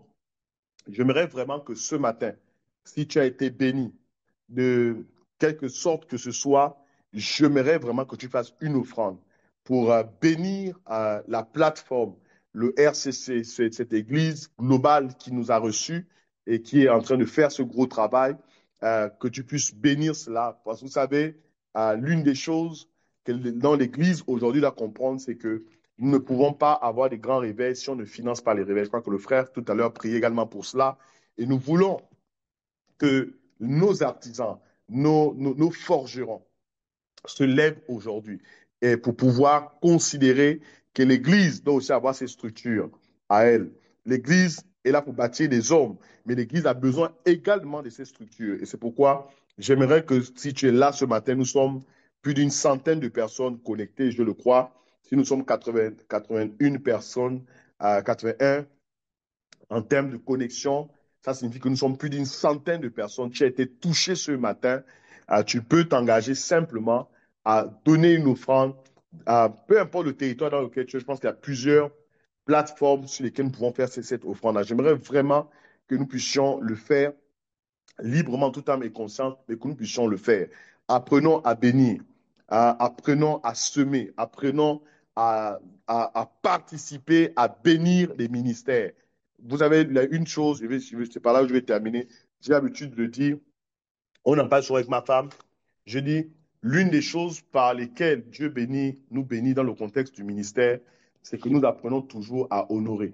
Nous apprenons toujours à soutenir.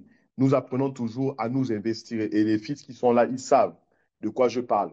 Et parfois, quand les gens arrivent dans l'environnement, ils se posent la question, ça fait combien de temps l'Église, ils se disent, ça fait 15 ans qu'on existe. Je dis non. Mais ils disent, comment vous arrivez à bâtir ça? Je dis, l'un des secrets, c'est que nous-mêmes, nous apprenons à investir dans la vie des personnes. Nous apprenons à semer dans la vie des personnes. Et j'aimerais vraiment que nous puissions semer par des prémices, par des offrandes, par nos semences dans le ministère royal centre chrétien. Que nous puissions vraiment le faire, s'il vous plaît. Vous avez été bénis. Vous pouvez prendre un engagement, donner aujourd'hui, donner demain, peu importe, mais j'aimerais vraiment que nous puissions poser cet acte de foi et soutenir le ministère. Et je crois que ce que nous allons poser comme action dans la minute, certainement les gens sont en train de le faire, dans la minute, dans les minutes qui vont suivre, Dieu se souviendra de chacun d'entre vous. Que Dieu vous bénisse. Merci beaucoup. N'oubliez pas, je veux que vraiment les gens puissent participer.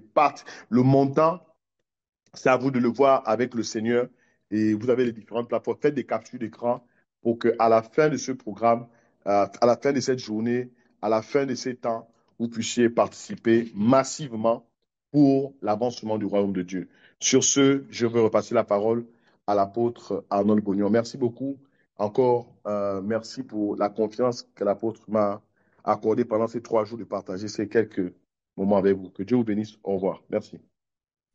Merci beaucoup, apôtre. Que Dieu te bénisse. Merci beaucoup pour cette grande sagesse apostolique.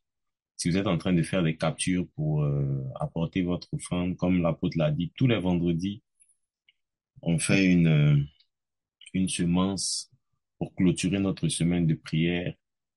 Et pour cette semence d'aujourd'hui, spécifiquement, l'apôtre nous a conduit. Vous voulez faire cette semence, gardez juste le commentaire, faites une capture si vous êtes encore en ligne, et puis vous allez pouvoir le faire à votre guise, à votre convenance, selon ce que le Seigneur va vous mettre à cœur. Effectivement, je pense qu'il a si bien dit, nous sommes en travaux de construction de l'Église, et donc tout ça va nous servir certainement à pouvoir faire progresser les travaux et pouvoir permettre à l'Église de travailler dans un cadre plus approprié pour avoir plus d'impact à travers les nations comme le Seigneur nous a appelés à le faire. On voudrait, voilà, je vais laisser la communication, garder les informations non seulement à l'écran et en commentaire avant que nous on clôture. En tout cas, je voudrais terminer en rendant grâce à Dieu pour la vie de l'apôtre, en tout cas qui nous a bénis pendant 3 jours, qui a mis 3 de ces jours-là à disposition pour être avec nous, pour nous bénir, pour nous parler, pour nous enseigner.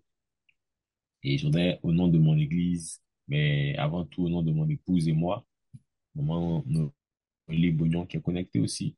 Voilà. Je voudrais rendre grâce à Dieu et dire merci de vivre voix à l'apôtre au nom de l'église, au nom des plateformes que je dirige, donc APN et du ministère Révolution Apostolique. En tout cas, merci beaucoup pour cette grande marque de considération et d'amour. Merci pour les messages qui ont été pertinents. Vous savez, vous pouvez inviter quelqu'un à partager la parole de Dieu avec vous, avec l'Église et tout ça. Vous pouvez sentir quand, vous pouvez sentir que lorsqu'en venant, cette personne n'a pas préparé sa venue, son intervention. Vous pouvez sentir les balbutiements. Vous pouvez sentir que les choses se font précipitamment dans la hâte. Et là, on sentait vraiment pendant ces 3 jours qu'il a pris à cœur de préparer les choses qu'il va nous dire. Il les a préparées dans la prière, préparées dans la méditation. Et le poids des choses, des paroles qu'il libère pendant ces 3 jours-là nous montre comment est-ce qu'il est allé les chercher loin dans la prière, dans la présence de Dieu. Merci beaucoup, apôtre, en tout cas. À Abidjan, on dit, tu nous as respectés. Donc, merci beaucoup pour la qualité des choses que nous avons partagées. Et je crois que euh, ces connexions sont des connexions pas pour nous en tant qu'hommes de Dieu, mais pour notre génération, pour les choses qu'on a bâties ensemble, pour les choses que nos maisons respectives ont emmenées dans cette époque. Et je prie que Dieu nous donne la force, la sagesse de pouvoir travailler pour l'avancement du royaume de notre génération et laisser un impact indélébile que les gens raconteront dans les générations à venir de l'excellent travail que le Seigneur nous aura permis de faire de notre vivant dans cette génération. Merci beaucoup, apôtre. Merci aussi à la prophétesse Praxède, à maman Praxède, l'épouse de l'apôtre. Merci. Merci à tous les fils, toutes les filles. Que Dieu vous bénisse abondamment. Merci à la communauté, merci à l'église, merci à tous ceux qui sont restés connectés. Il y en a qui partent au travail, il y en a qui, mais la discipline de suivre votre Père vous a laissé connecter pendant toute la matinale. Merci beaucoup à tous. Et puis, je voudrais terminer en disant que nous, on se retrouve ce soir, on a une veillée ce soir à partir de 21h. Donc, si vous êtes à Abidjan ou si vous n'êtes pas à Abidjan, que vous serez en ligne. Ça, c'est pour nos frères de Paris, de Kinshasa. Vous serez en ligne. Ce soir, on est en live aussi pendant la veillée et on est en présentiel à l'église. À partir de 21h déjà, on sera là et on va parler sur le sujet ces gens qui ont bouleversé le monde. Amen. Donc, on aura un puissant message, non seulement un puissant message, mais on aura aussi un puissant moment de prière. Ce vendredi-là, particulièrement, on va beaucoup mettre l'accent sur la prière, parce que je sens dans mon esprit qu'il faut vraiment qu'on accentue sur la prière. Donc, on va toucher beaucoup de points de prière. On aura le message, la louange, tout le reste. On va beaucoup, beaucoup prier. Amen. Amen. Voilà. Donc, je pense avoir tout dit. Les commentaires, les informations pour les... Voilà, merci beaucoup à la com. On a l'école de réveil. Pour ceux qui ont fait l'école de réveil, vraiment, je veux dire merci à l'apôtre, parce que pour ceux qui ont fait l'école de réveil, ils se sont reconnus dans le premier cours, je pense, le premier, même le deuxième, un tout petit peu. Merci beaucoup, apôtre. Vous savez, quand les connexions sont naturelles, les choses se font sans qu'on ait besoin de se les dire. Et j'écoutais l'apôtre parler et j'ai vu que les connexions qui nous établissent, qui nous lient sont établies au-delà de nos intelligences naturelles. Il y a vraiment un lien surnaturel qui nous lie ensemble. Il a dit des choses qu'on a partagées pendant l'école. Pour certaines même, il les a mieux dit, hein, avec beaucoup plus de détails, beaucoup plus de... Merci beaucoup, apôtre. Donc, pour tous les étudiants de l'école, le cours, c'est samedi. Si vous êtes déjà inscrit, samedi à partir de 17h déjà, on commence le cours. Et là, on est en train de parler du rôle des 5 ministères dans la dynamique du réveil. Donc, on a déjà parlé un tout petit peu la semaine dernière. On va terminer ce cours-là ce samedi, tous les samedis du mois de mai. Pendant tous ces 50 jours-là, on a en même temps l'école de réveil pour permettre d'accentuer sur certaines choses, à savoir, à étudier concernant le réveil. Donc, merci à tous les étudiants de l'école. On se retrouve samedi à partir de 17h. Si vous n'êtes pas encore inscrit, l'école aussi donne la possibilité vraiment de s'inscrire et de nous reprendre en marche. Donc, il y a des formules, il faut juste écrire au numéro de l'école. Il y a des formules où tu peux reprendre les enseignements que tu as ratés en replay, etc. Donc, il faut écrire, je ne maîtrise pas vraiment cet aspect. Donc, il faut écrire au numéro de l'école. Et puis, si tu veux participer, tu vas te faire beaucoup, beaucoup, beaucoup de bien. Voilà, je pense avoir tout dit là maintenant, c'est bon. Voilà. Donc, les commentaires sont toujours là pour les offrandes. Vous voulez faire une semence, vous voulez soutenir la construction de notre église, vous voulez semer quelque chose, vous avez été béni pendant les 3 jours d'intervention de l'apôtre. En tout cas, n'hésitez pas. Et si vous avez un témoignage aussi, pendant ces 50 jours, Dieu vous bénit, il vous parle, il vous touche, il restaure quelque chose dans votre vie, n'hésitez pas à nous le dire, on va le partager, on va rendre grâce à Dieu ensemble, parce qu'on est aussi là pour ça. Voilà. Que Dieu vous bénisse. Je pense que je n'ai rien oublié. Le numéro de l'école est en commentaire aussi. Merci beaucoup. Voilà. Merci à tous. Bonne journée. Je prie et on va pouvoir y aller. Seigneur, merci pour ta grâce. Nous te donnons toute la gloire. Nous avons fermé ces 3 jours avec l'apôtre. Et merci pour cette forte onction, pour cette concentration d'onction apostolique pendant ces 3 jours. Merci parce que nous avons plaisir à baigner dans ces eaux-là, à écouter ces paroles, à nous plonger dans la puissance de ces révélations qui remettent l'Église sur le rail, qui remettent l'Église sur le chemin, qui remettent l'Église sur la volonté de Dieu. Seigneur, merci de nous aider à lever dans cette génération une Église apostolique, pas une Église juste avec des apôtres, mais une Église avec le caractère apostolique, le caractère qui comprend la science, qui comprend toutes les autres sciences, la vague qui englobe toutes les autres vagues. S'il te plaît, donne-nous la grâce dans cette époque d'être des instruments de réforme et de réveil qui vont remettre Christ au centre, qui vont remettre la pensée de Dieu et la pensée du royaume au centre, qui vont remettre les intérêts du royaume au centre et qui vont bâtir une église de fils forts et de fils bénis. Seigneur, s'il te plaît, ne nous laisse pas élever des enfants, laisse-nous élever des fils. Laisse-nous élever des fils par la qualité des choses que tu mets dans nos mains, par la qualité des équipements dont tu nous fais la grâce d'être les dispensataires. Permets-nous d'élever une église de fils, une église de gens matures qui peuvent porter sur leurs épaules la dimension du royaume et emmener un impact global dans les nations. S'il te plaît, nous refusons de faire moins que ces choses que tu nous as dites. Nous refusons que notre ministère n'ait pas l'impact que tu nous as promis. Nous voulons que ta grâce nous soutienne. Cette œuvre est difficile, mais nous savons que rien n'est impossible à celui qui croit. Bénis ces enfants, bénis tes enfants qui ont été connectés pendant toute cette matinale. Bénis ton serviteur qui nous a bénis pendant ces 3 derniers jours et que la gloire et l'honneur te reviennent. Merci à tous. Bonne journée. Que Dieu vous bénisse. Et on se retrouve ce soir pour la veillée et lundi pour la matinale. Excellente journée à tous. Allez, ciao. Au revoir à tous. Au revoir, bonne journée. Au revoir, bonne journée. Au revoir.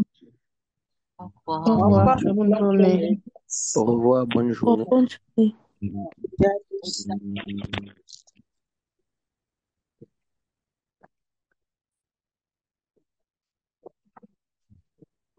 Au revoir, bonne journée.